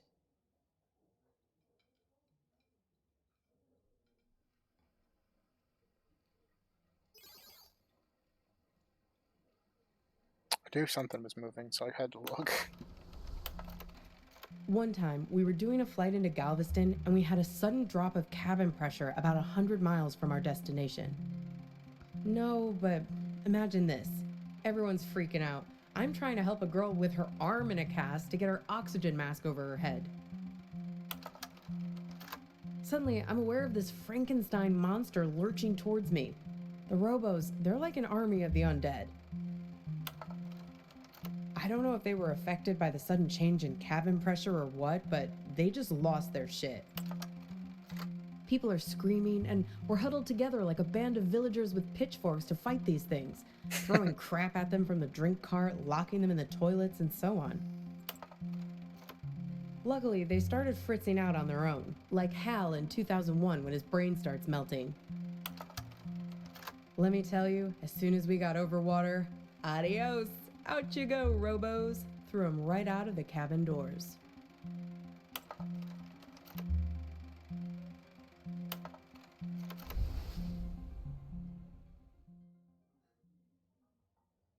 Throwing the robos off the plane? No, you're right. That didn't actually happen. You can't just open the hatch door like that. But it's a nice image, right? I like to think of it sometimes when I'm lying in bed trying to sleep. Kind of. You need practice to be able to spot them. They're everywhere these days. I can see one in this diner right now, in fact. Can you find it? The robot doll. That's right. The King. Can you believe it? God, I miss the King. They say that it was the first robot double prototype ever made. That He makes a actually lot of sent it sense, off actually. to act in some of those cheeseball movie roles he had. That's why they were so bad. Am I? Says the guy who called his own girlfriend a robot.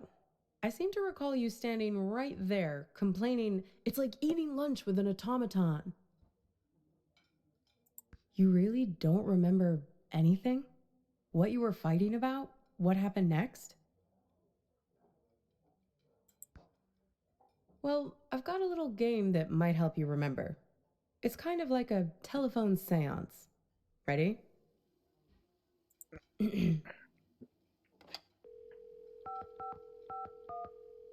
Hello? Is that you? This is your girlfriend. Yes, it's me. I'm calling from beyond the grave. So, who are you with right now? Am I interrupting you?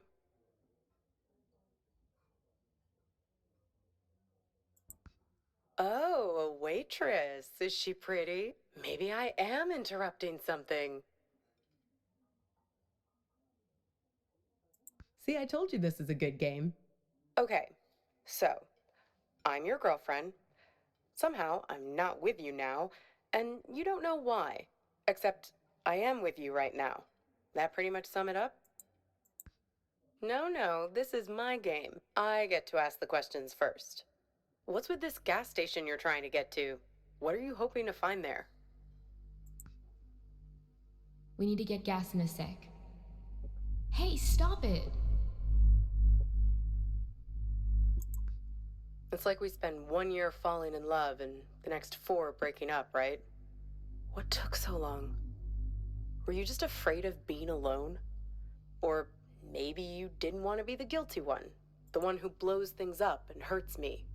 Were you waiting for permission from me to end it? Waiting for me to give you... Exactly. Waiting for an excuse.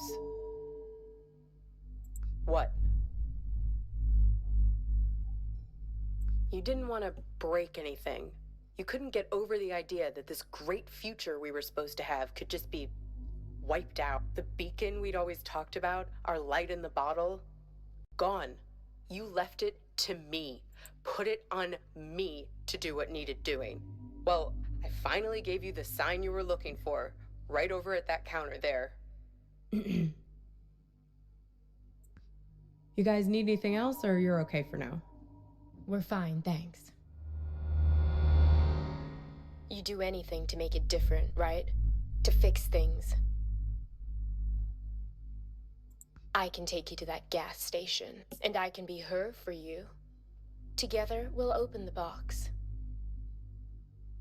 You can make it happen. You can make it real. What do you say? Miss the old times?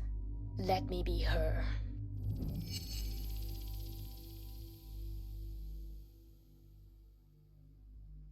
Okay, your choice. Now it's your turn. You can ask me one question, whatever you want.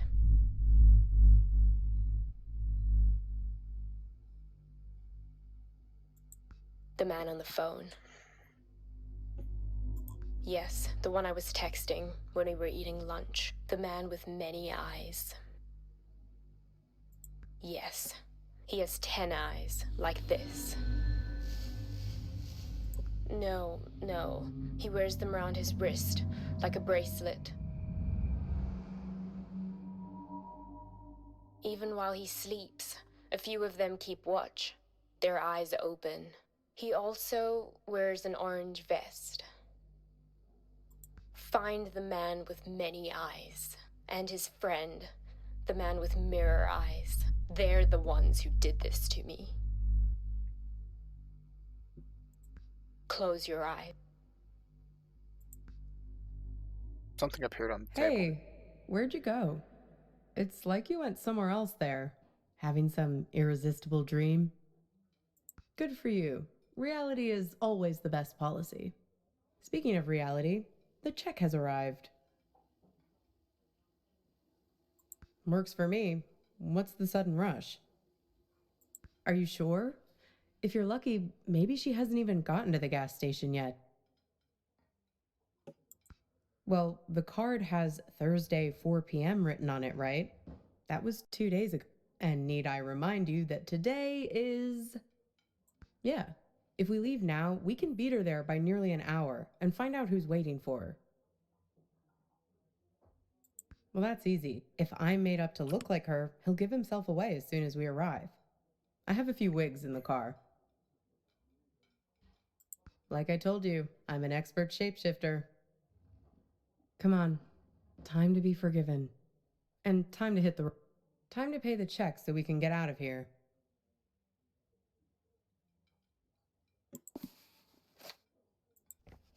Another photo.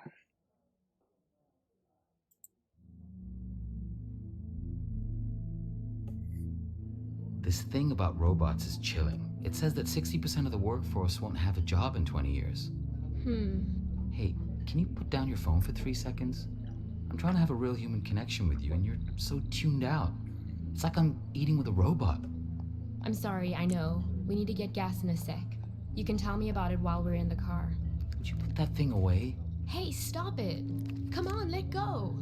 Who is that? Who are you writing to? God, keep your voice down. Look, I've been driving for ages. I just need to space out a little. A little? It's like you're a million miles away. Can you just give me a break, please? We were just taking a break, remember? Now we're back together, but I feel this is the last place in the world you want to be. Well, that's what I'd call a self-fulfilling prophecy. Ain't love grand? Come on, let's get out of here.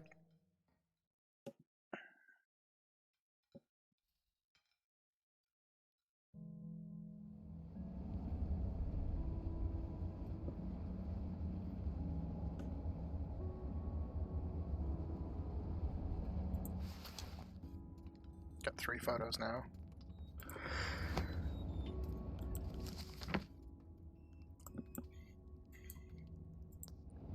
How do I look? Good. I'm a very apt pupil. A very apt pupil. Here, take my phone. Call for help the moment something looks fishy.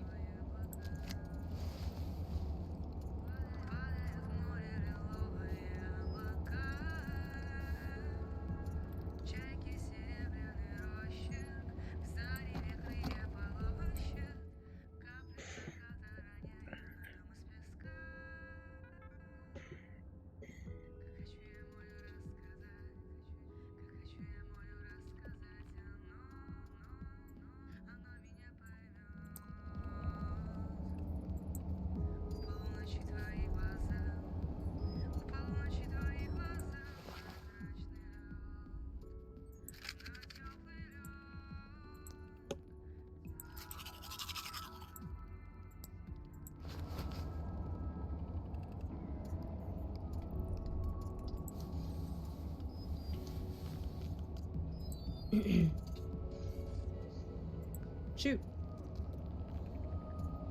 Right?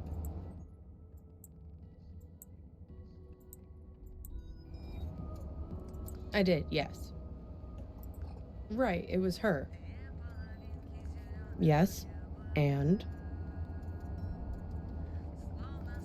Listen, there's something at the end of this road that you don't want to find. If you only wanted to find it, there wouldn't be all this conflict. Drivers lying to you, drugging you with raisins, all the little glitches, things that don't make sense, the static. It's hardly been a smooth ride, has it? I'm just saying, there are two sides to every story, right?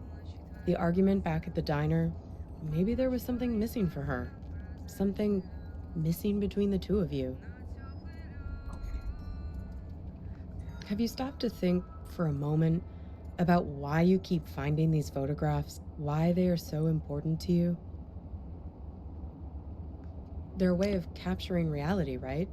They're objective, but they're also you.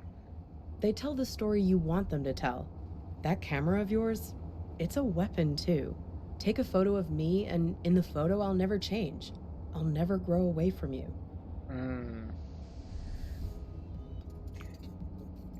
So, what did you learn back there from your photo? Oh? Oh, you have my phone. Why don't you call it then? And you think he's also this man with all the eyes? Hey, you said he has 10 of them, right? Have another look at that card. 10 little eyes. Oh.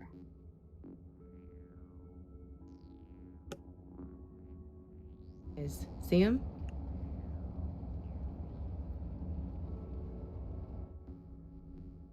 Freaky, right?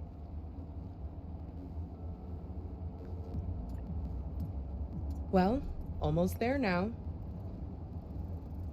Time to get in character. Sure, I can't see a thing. What gives? I can't. The car is jammed somehow.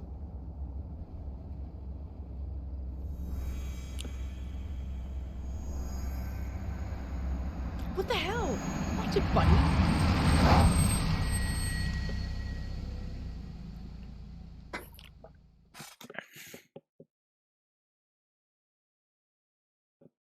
Nope, I guess that's that one.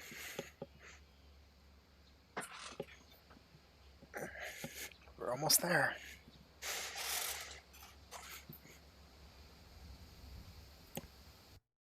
Two more rides to go. I'm in the trunk.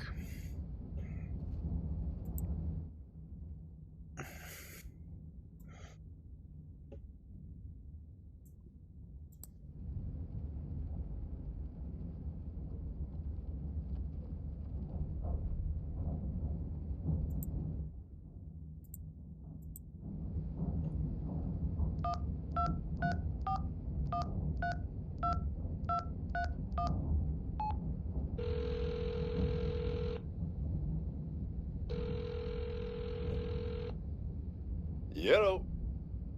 Copernicus? Is that you? Let me guess. You've gotten yourself into some kind of jam, swinging by your toes over a tiger cage? Locked in a trunk? That doesn't sound like part of your dream. How'd you manage that? I sincerely doubt that. The fact that I'm hearing your voice now suggests otherwise.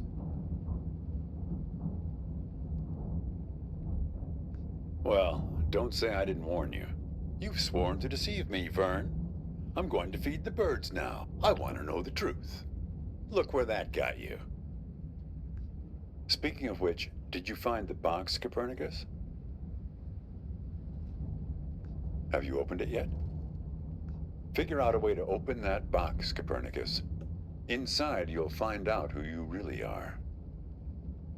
Don't mess with him, kid. He's the final gatekeeper. Way too strong. You need to learn the spell first, before you can go up against him.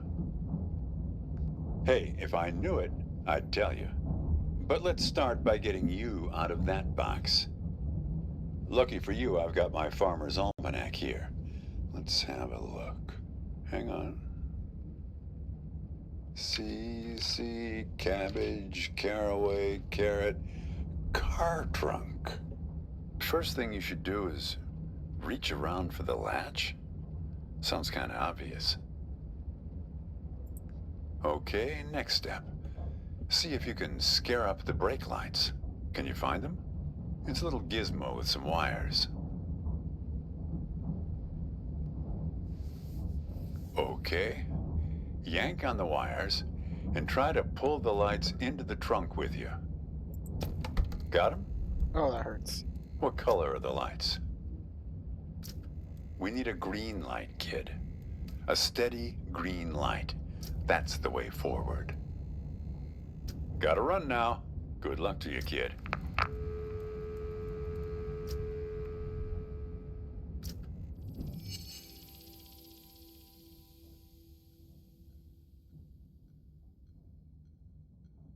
Oh boy.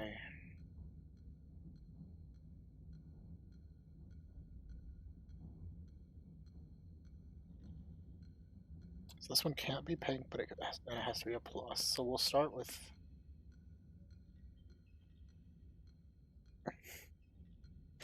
Cat's being whiny.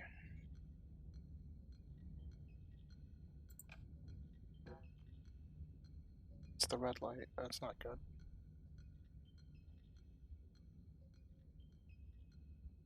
Not green or O.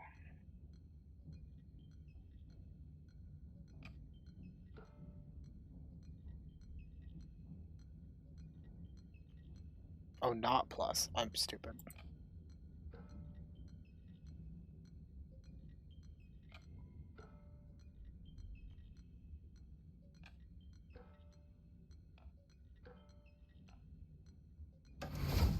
There.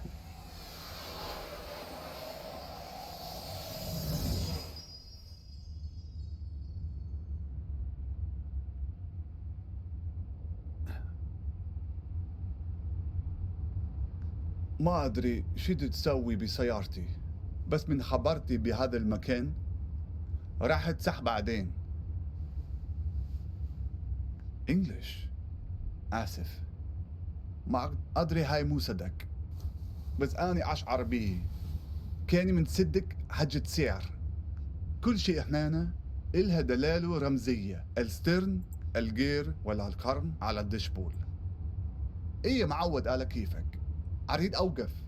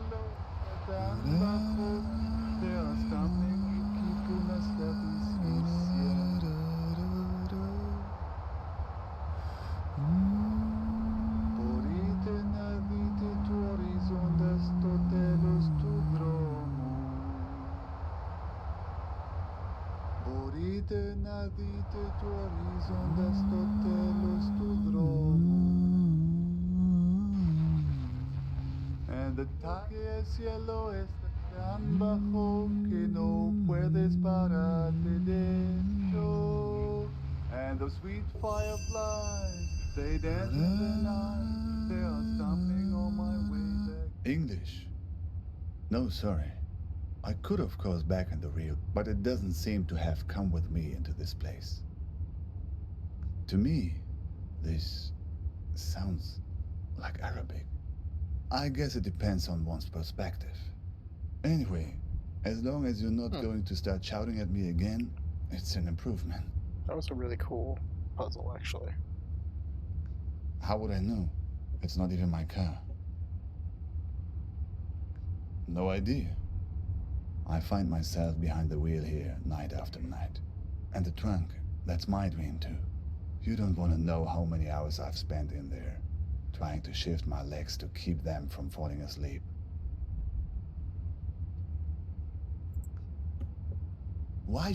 What makes you think you can turn up out of thin air and interrogate me? Who are you anyway?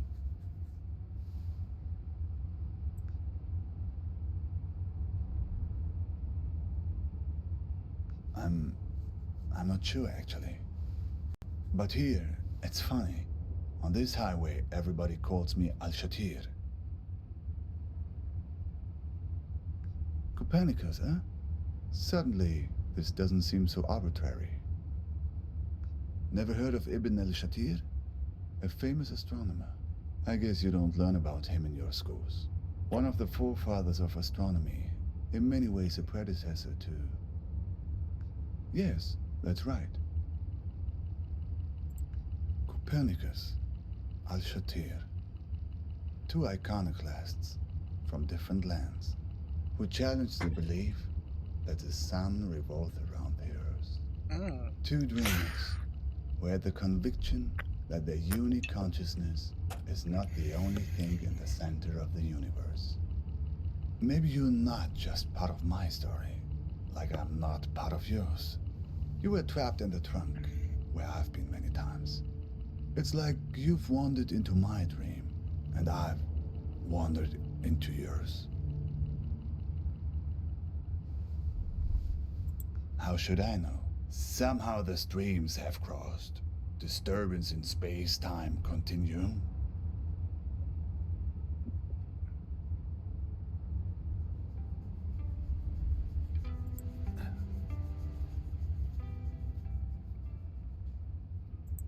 Me? Yes, safety. A place far away from wars. From bombings. From the cockroaches that crawl out as soon as the dust settles. On the news, you hear only about armies and religious madmen. But it's the gangsters that drove me away. They're the ones who did this to me. The El Mahdi army. They called themselves an army anyway. They were looking for my brother-in-law because he worked as a translator for the US military. Neighbors warned us we should move, and so we did, twice.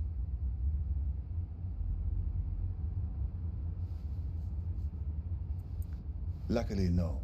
He was safe with the army, beyond their reach. A few years passed and we forgot about the threat. Life had returned to normal, and that's when they came back and picked me up.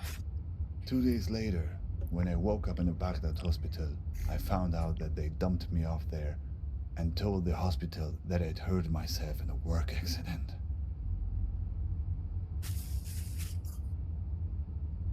Yes, after that, I couldn't stay.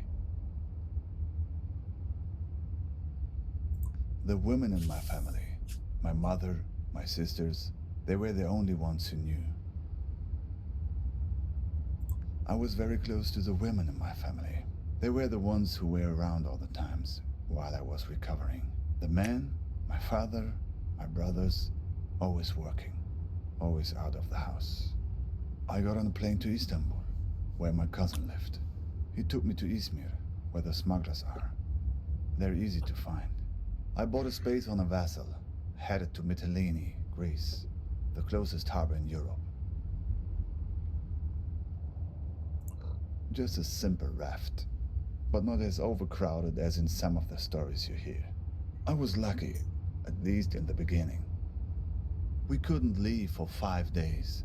Too many Greek army ships in the sea. Every morning, getting up at 3:30 to make a go of it. By the 5th day, I was so tired of waiting that I wasn't even scared to get on board any longer. Finally, impatience had overtaken fear. We did not make it to Europe. A boat pulls up next to us. People are trying to understand what's going on, but the men on the ship only speak Greek. At first, people are worried that it's pirates. They take everything from the passengers. Sometimes take the passengers themselves. sometimes just round the boat, and laugh as it sinks. But no, these are police, it turns out. They take us back to Turkey, where I'm waiting, and waiting, and waiting. Of course, I did not remember all this in my dreams at first. God, These were those things I glitches. remembered. I don't know if it's a from model clues I glitch or found it's along the intentional. highway. I've dreamed this highway, this car before, many times. Always a long drive, always danger. Sometimes I'm smuggled in the trunk, sometimes I'm driving. Always checkpoints, inspections, betrayal, always from someone who pretends to be my friend. What is your dream about? A breakup? That's it? Ah, that's more like it. Who has been kidnapped? Who's this person that's been taken away from you? Do you have a photo? Who knows? Maybe I've seen her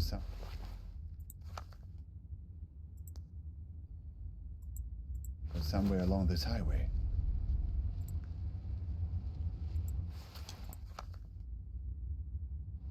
I know her, the same woman, but with different hair color. I just saw her at the gas station a few miles back. A decoy? What kind of game are you playing here? I say, you're lucky nobody got hurt.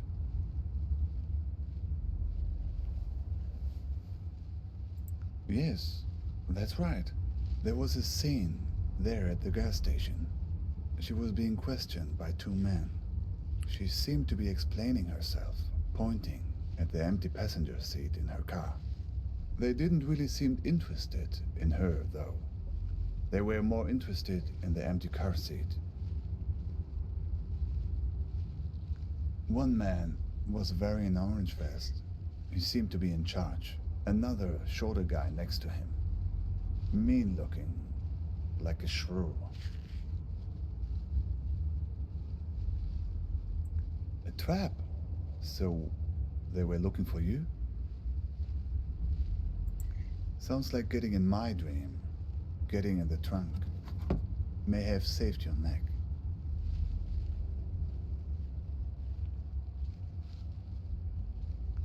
No, I didn't get a look. I just heard one strange thing they said. That they were looking for a guy with 8 fingers. They were going to find him. Something like that. I didn't even notice that before. 8 digits, maybe. Uh-huh. And you wouldn't happen to have a strange blue box with you, would you? That was the other thing they mentioned. They have the key, but don't want the box opened. Those are... What? Whoa. That freaked me out a little bit. The tumbleweeds. No, I didn't get a look. Say, have you noticed how many tumbleweeds there are suddenly? I don't know, but the weather also seems Oh God, to be there's more. turning suddenly. Turn on the radio and see if you can find a weather report. My God! Get that thing off the window! Get it off! Get it off!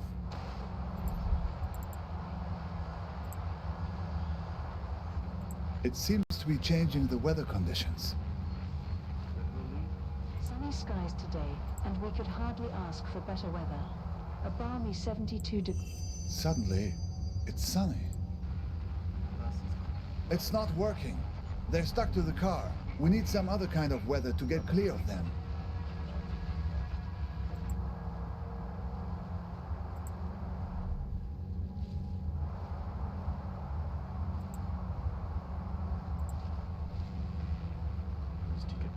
Level 3 thunderstorm.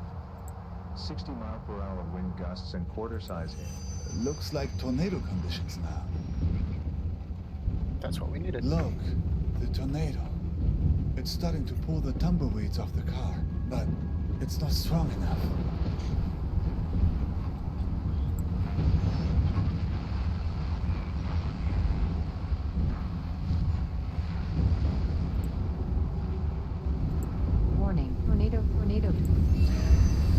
There we go. It worked.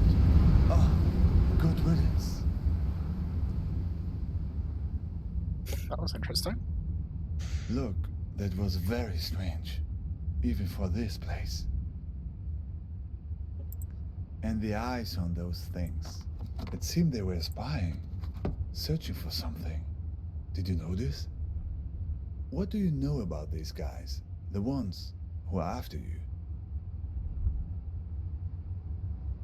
Seems he had a few extra to spare for the tumbleweeds. I see. What are... Oh, let's see.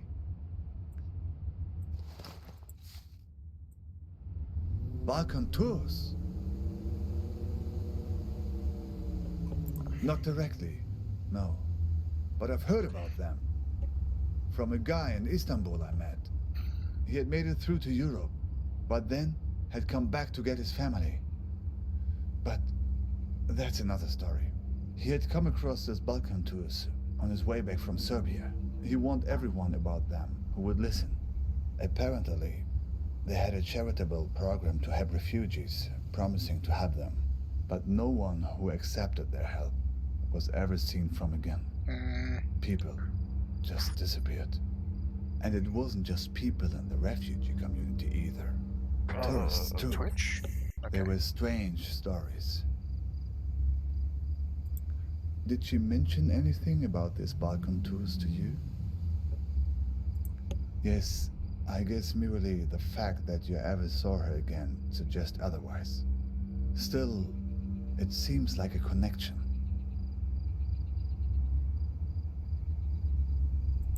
Well, I hope she hasn't fallen into their hands now. Some of the stories circulating around refugee camps in Serbia at this time. I only heard bits and pieces. Nothing very clear. Mirrors. Rooms full of mirrors. People losing their minds and never coming back. The man with mirror eyes. Yes. People who were heading from Turkey into Croatia and Serbia were being warned about it. Watch out for mirrors. Rooms full of mirrors. Rooms full of ice. Well, my friend, I think right now the best thing you can do is run for safety. They probably have a good beat on your location, assuming the tumbleweeds were on their payroll. Make no mistake, these guys are dangerous. Honestly, I have no idea. But tangling with Balkan tours right now would be suicide. I mean, it's what they want, isn't it? Right. Where did you get the box? They must be worried about what's inside. Worried it will expose them, all the things they've done, to her and to all the other people they've hurt. I wish I knew. Even if I make it to my destination, I'm still not home. That's what it means to be an exile.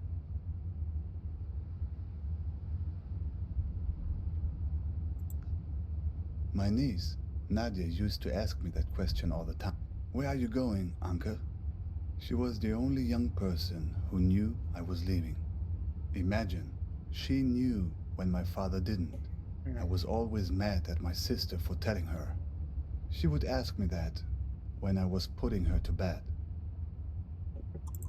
The only thing you can tell when a person that young asks you a question like that at bedtime. I told her the truth. Not the truth, but the truth wrapped in the blanket of a story.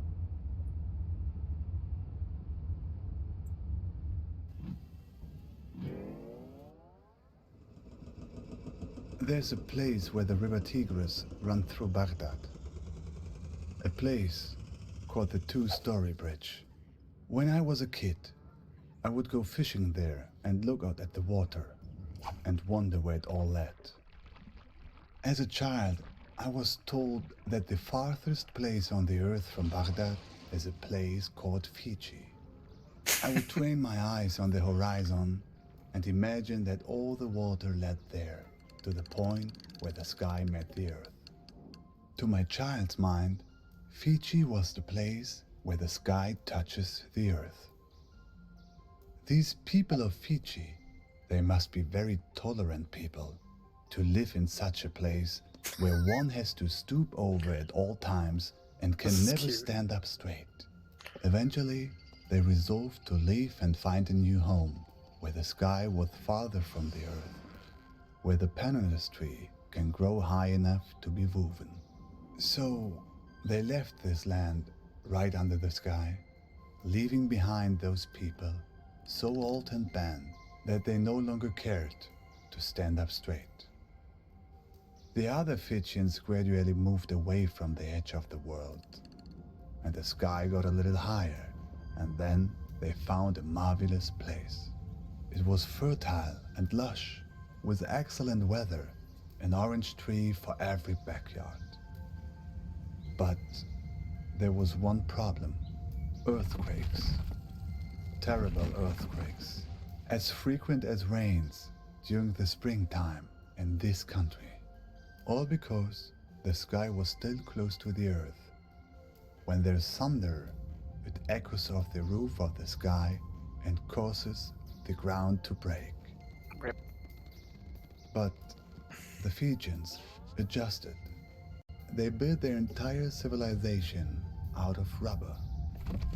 Rubber houses with rubber beds that would sway during the quakes, with rubber restraints that would hold the sleeping Fijians tight while they dreamed. It looks like something out of a Seuss book. But Nadia didn't want a bedtime story about that. She wanted a story about good and evil, the kind of story children like. So I changed it for her to be about a Fijian princess called Nadia, who finds the source of all the earthquakes. So Nadia finds a dragon hiding under the earth. A dragon with a splinter in its toe, whose terrible roaring causes the earth to break. Nadia slays the dragon and saves the people by uttering a magic spell. Gonothi Seauton. Gonothi Seauton. It's actually Greek. Rolls right off the tongue, no? I think we just found our spell. Okay, that was interesting. Can you say that again? All the mirror eyes closed. Seems like it. And look, that's not the spell's only power. The card. There's a phone number on it now.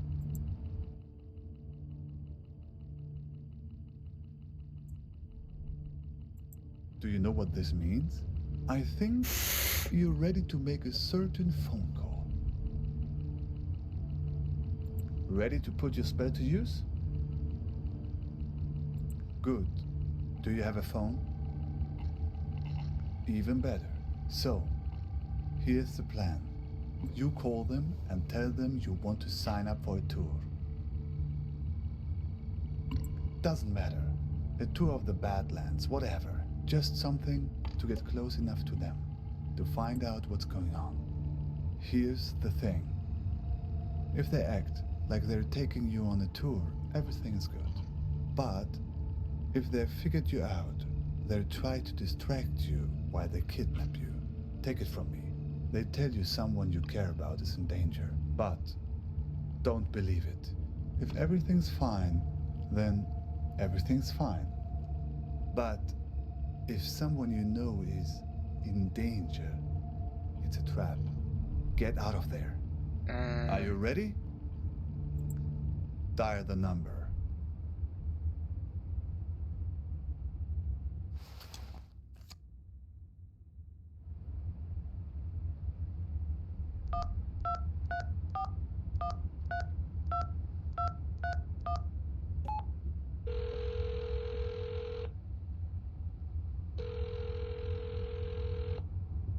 Yeah.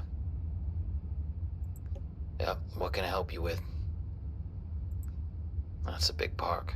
You near the Argus gas station on Route 90? Alright, I'll pick you up in an hour.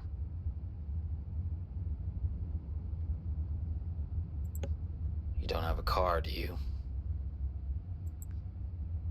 Just guess from your voice. So, see you in an hour. Don't worry about that. I'll be waiting for you once you land.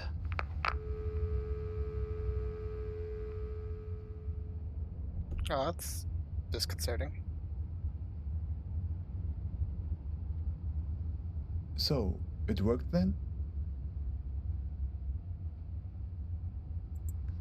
I think you'll be fine. Just keep the spell close at hand. And remember, if they start telling you someone close had been hurt, it's a trap. It's a few minutes before 3:30 in Istanbul. There's another raft waiting. Another try. Thanks. To you too. I think you'll be fine. You have allies all along this road, even in the cars of enemies. I've left something for you.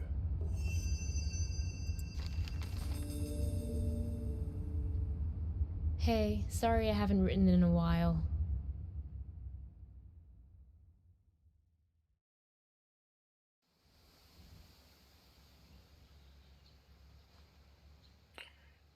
One last ride.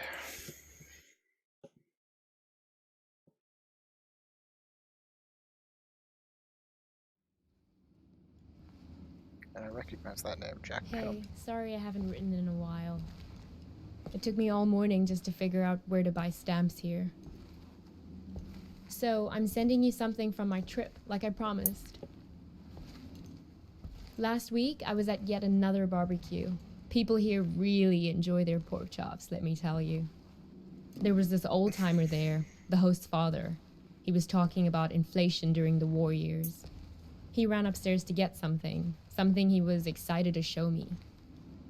He comes back down with a 50 billion dinar bill. He starts talking about, at the time they printed it, inflation was so bad that in the morning it could buy one sandwich. By lunchtime, it could buy half a sandwich. It's a beautiful piece of printing, don't you think? All these O's lined up next to each other. Anyway, keep it tucked away for safekeeping. The big piece of news on my end is that yesterday, I finally tackled my fear of heights. Your humble correspondent from the Balkans went hang gliding. Yes, me. Hard to believe, I know. I wasn't gonna do it, but this tour guide guy I met talked me into it, Oh, no. facing my fears and all that. But then the tour guide takes me to the hill where they do the hang gliding, and they're talking about the most crazy thing that happened the week before. You're not going to believe this. It's a tandem dive, so they have you strapped in with an instructor, right? Well, last week they strapped someone in, but the instructor forgot to strap himself in securely. They go running off the cliff and the instructor tumbles down the hill. The instructor was okay, just some bruises. But now the other person is stuck up in the air with no idea how to fly the thing. Everyone on the ground is freaking out, yelling instructions up in the air about what to do. The girl said later that once she got over the initial terror, it was like she'd been flying a hang glider all her life.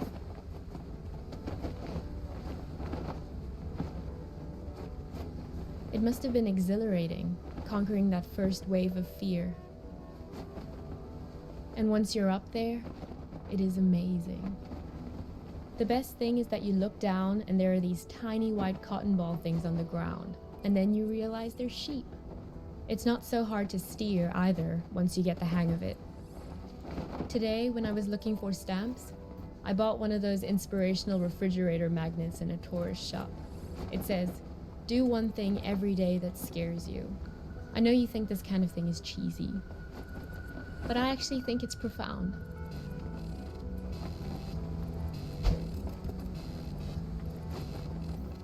Do I actually have control?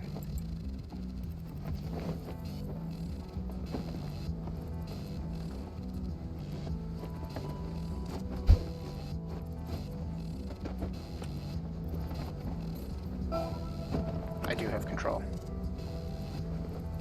I hope we can do stuff like this on our road trip together. Can we? Sometimes I hate how we live in Seattle. just sitting around in our own heads all the time. I feel like it's the reason we've been arguing more lately before I left.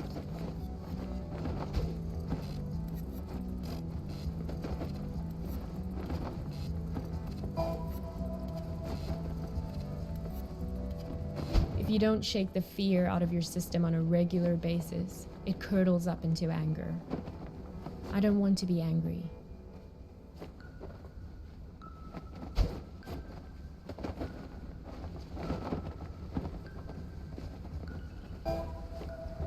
Anger. Well, Pasteurized, time homogenized for your anger. idealistic correspondent to sign off. I'm so used to writing emails that it hurts my hand to write a real letter now. How sad is that? But I promise to write more often. And what about you? I don't expect a real letter, but an email would be great. How is everything going?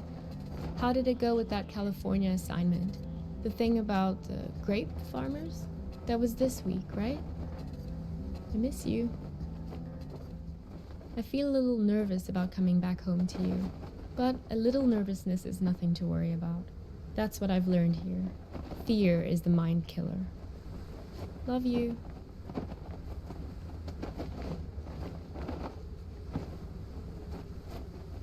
Geez, there you are.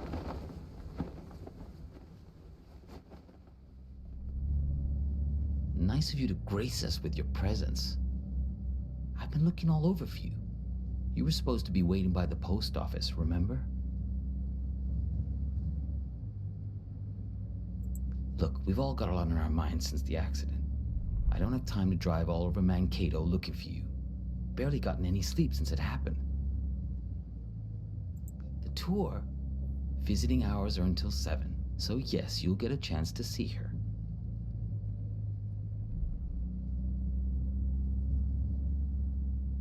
She's in the ICU being evaluated for something called sub-fucking-arachnoid hemorrhage. So, yeah, she's great, dude. Never been better.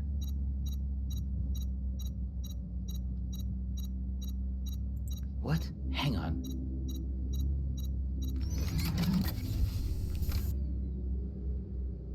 Shut up. This isn't just any kind of phone call.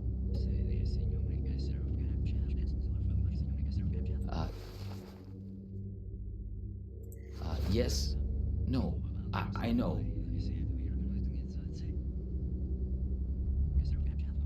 No, he turned up eventually. Yeah, he's sitting right here.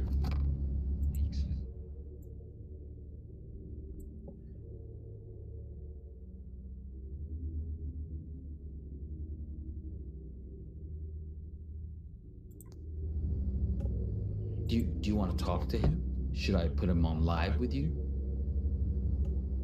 No, I didn't think so.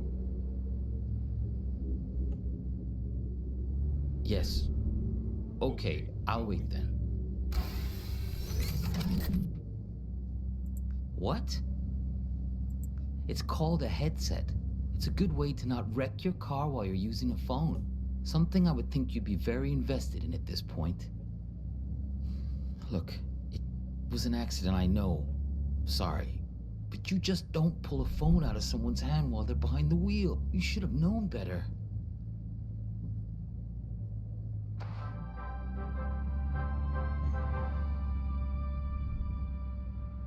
This is Skycam from KTOE, reporting to you from Mankato.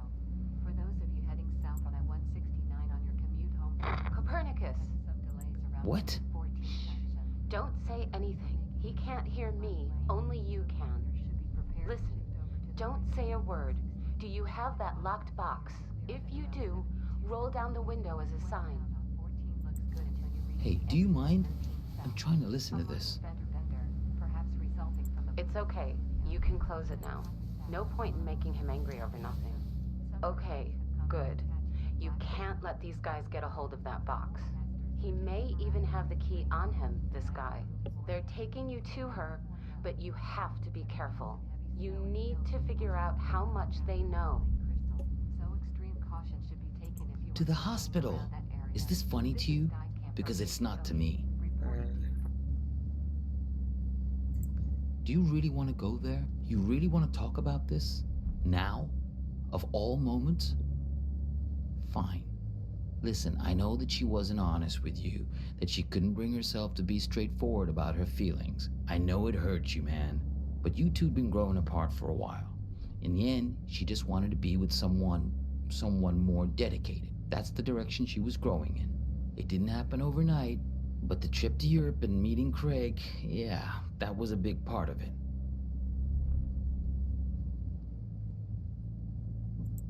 Fine, whatever. Yes, we're all working against you. Are you satisfied now? Because this is hardly the time to bring your hurt feelings out onto the stage. Can I tell you something? You're a great photographer. I mean, nobody doubts that, man. But at some point, if people keep screwing you over, keep betraying, at a certain point, if everywhere you go, people keep being assholes to you, well, guess what? Maybe you're the asshole. The radio? Sure, go ahead. Copernicus, there's no time to lose. You have to act quickly now, before he puts that helmet on again. Use this bell. Stop him. What? Yeah, know thyself. That's what I'm talking about. Ganathi Seaton, Greek for know thyself. That's a good start. I know you've had a rough 24 hours, but we all have. I mean, she's my sister after all. He's lying. Hang on again, I gotta get this.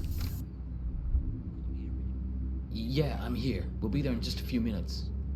Yeah, he tried it just like we expected. No, I'm fine. Yeah, I agree. It's time to call his bluff. Step on the brake. Stop him. Do it. Step on the brake. Ah, what are you doing? Let go.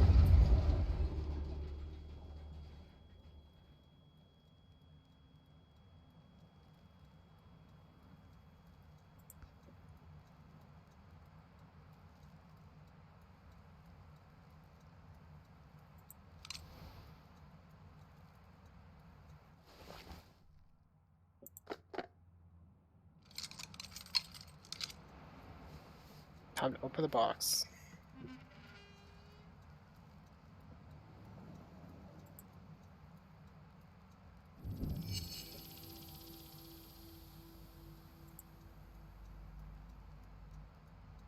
Okay.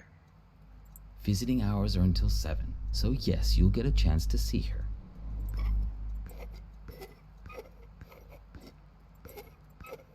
Visiting hours are until 7. She thinks you've caused some kind of accident. Visiting hours are until 7, so yes, you'll get a chance to see her. Visiting hours are until 7, so yes, you'll get a chance to see her. Visiting hours are until 7. That was some argument.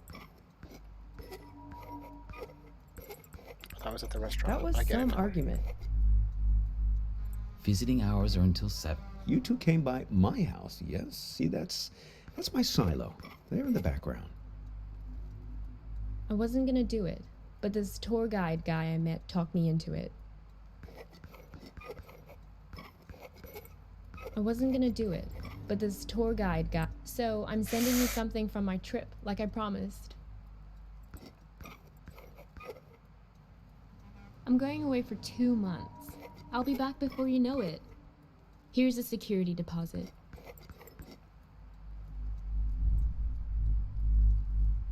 Are they right? It's great, right? I'll send you something special from Europe to put inside. It's a beautiful piece of printing, don't you think? All these O's lined up next to each other. The argument back at the diner, maybe there was something missing for her. Find the man with many eyes. They're the ones who did this to me. He has 10 eyes. He wears them around his wrist, like a bracelet.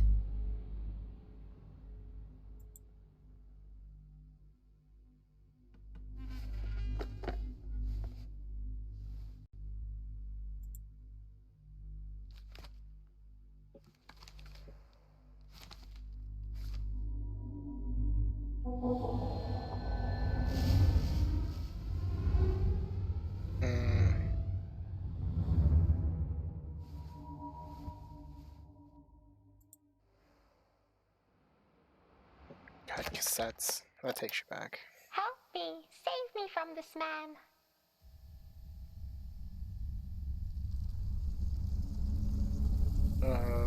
Oh. My car.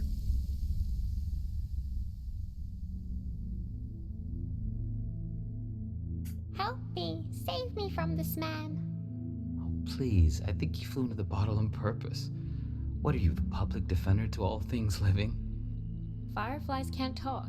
Someone has to speak up for him. If the 6 tiny mittens don't fit, you must acquit. Yeah, I'll set it free in a minute. I just think this light is incredible. Let's keep him as our pet. Now is being cruel. I think I'll always remember this. This is one of those nights, right? One of what nights? We'll always have this. If you ever get to a point where you feel like you've lost me, all you have to do is find your way back to here and sit down beside me. I hope the grass isn't so wet next time. I'm serious.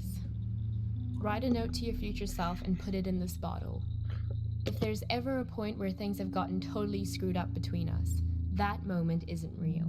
This one is. All you have to do is find your way back to me. What if I can't find the way? That's why I've made you this beacon. A bottle with a green light to show you the way. Sense of direction isn't exactly your strong suit, Copernicus. Let's make a pact.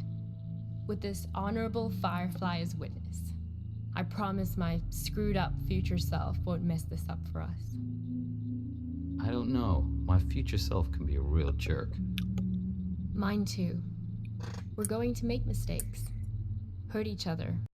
Everyone does it. So, time traveler, what news? What wisdom do you bring from the future? That it's never too late. That any mistake can be fixed. Good, if that's what you believe.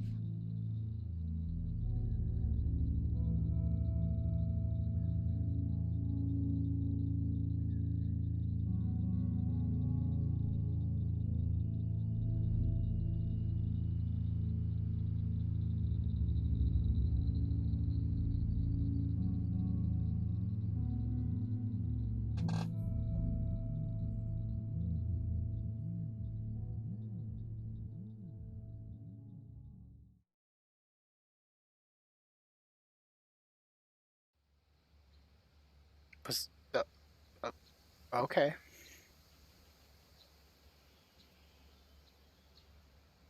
Okay, that definitely wasn't how I expected that to end. Huh. That was really cool. Trippy. And yeah, right around 3 hours.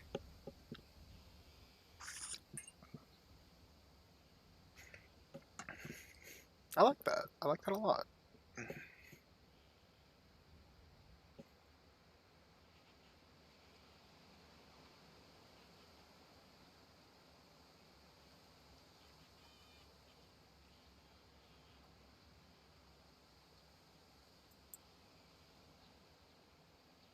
I'm not gonna watch the whole credits, but yeah, that was really cool. A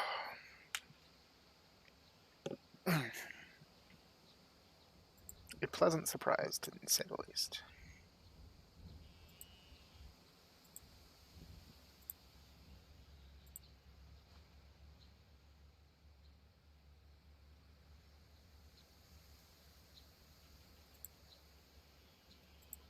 Excuse me. Sorry about that. Alright, well, I guess that's it. I guess I'm going to switch over to the end screen, and we'll get on out of here.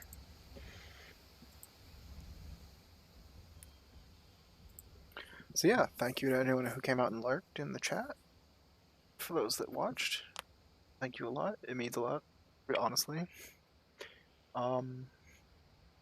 That was a really interesting game. I'm glad I decided to pick this up and play it on stream. That was, yeah, it's been a bit rough.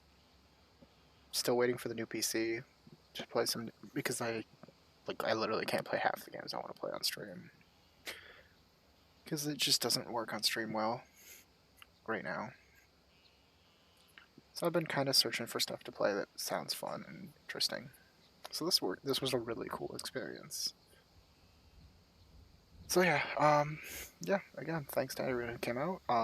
For you people who, if anybody's watching this on YouTube, thanks a lot for watching. I hope you enjoyed it. It was an interesting experience for sure. Make sure to like and subscribe. Because people still say that, right? But yeah, I guess next stream will be Friday with Vern, and then we'll see how next week pans out from there. So thanks to everyone who came out and watched. Keep your torches lit, delve deep, keep rolling. Bye bye.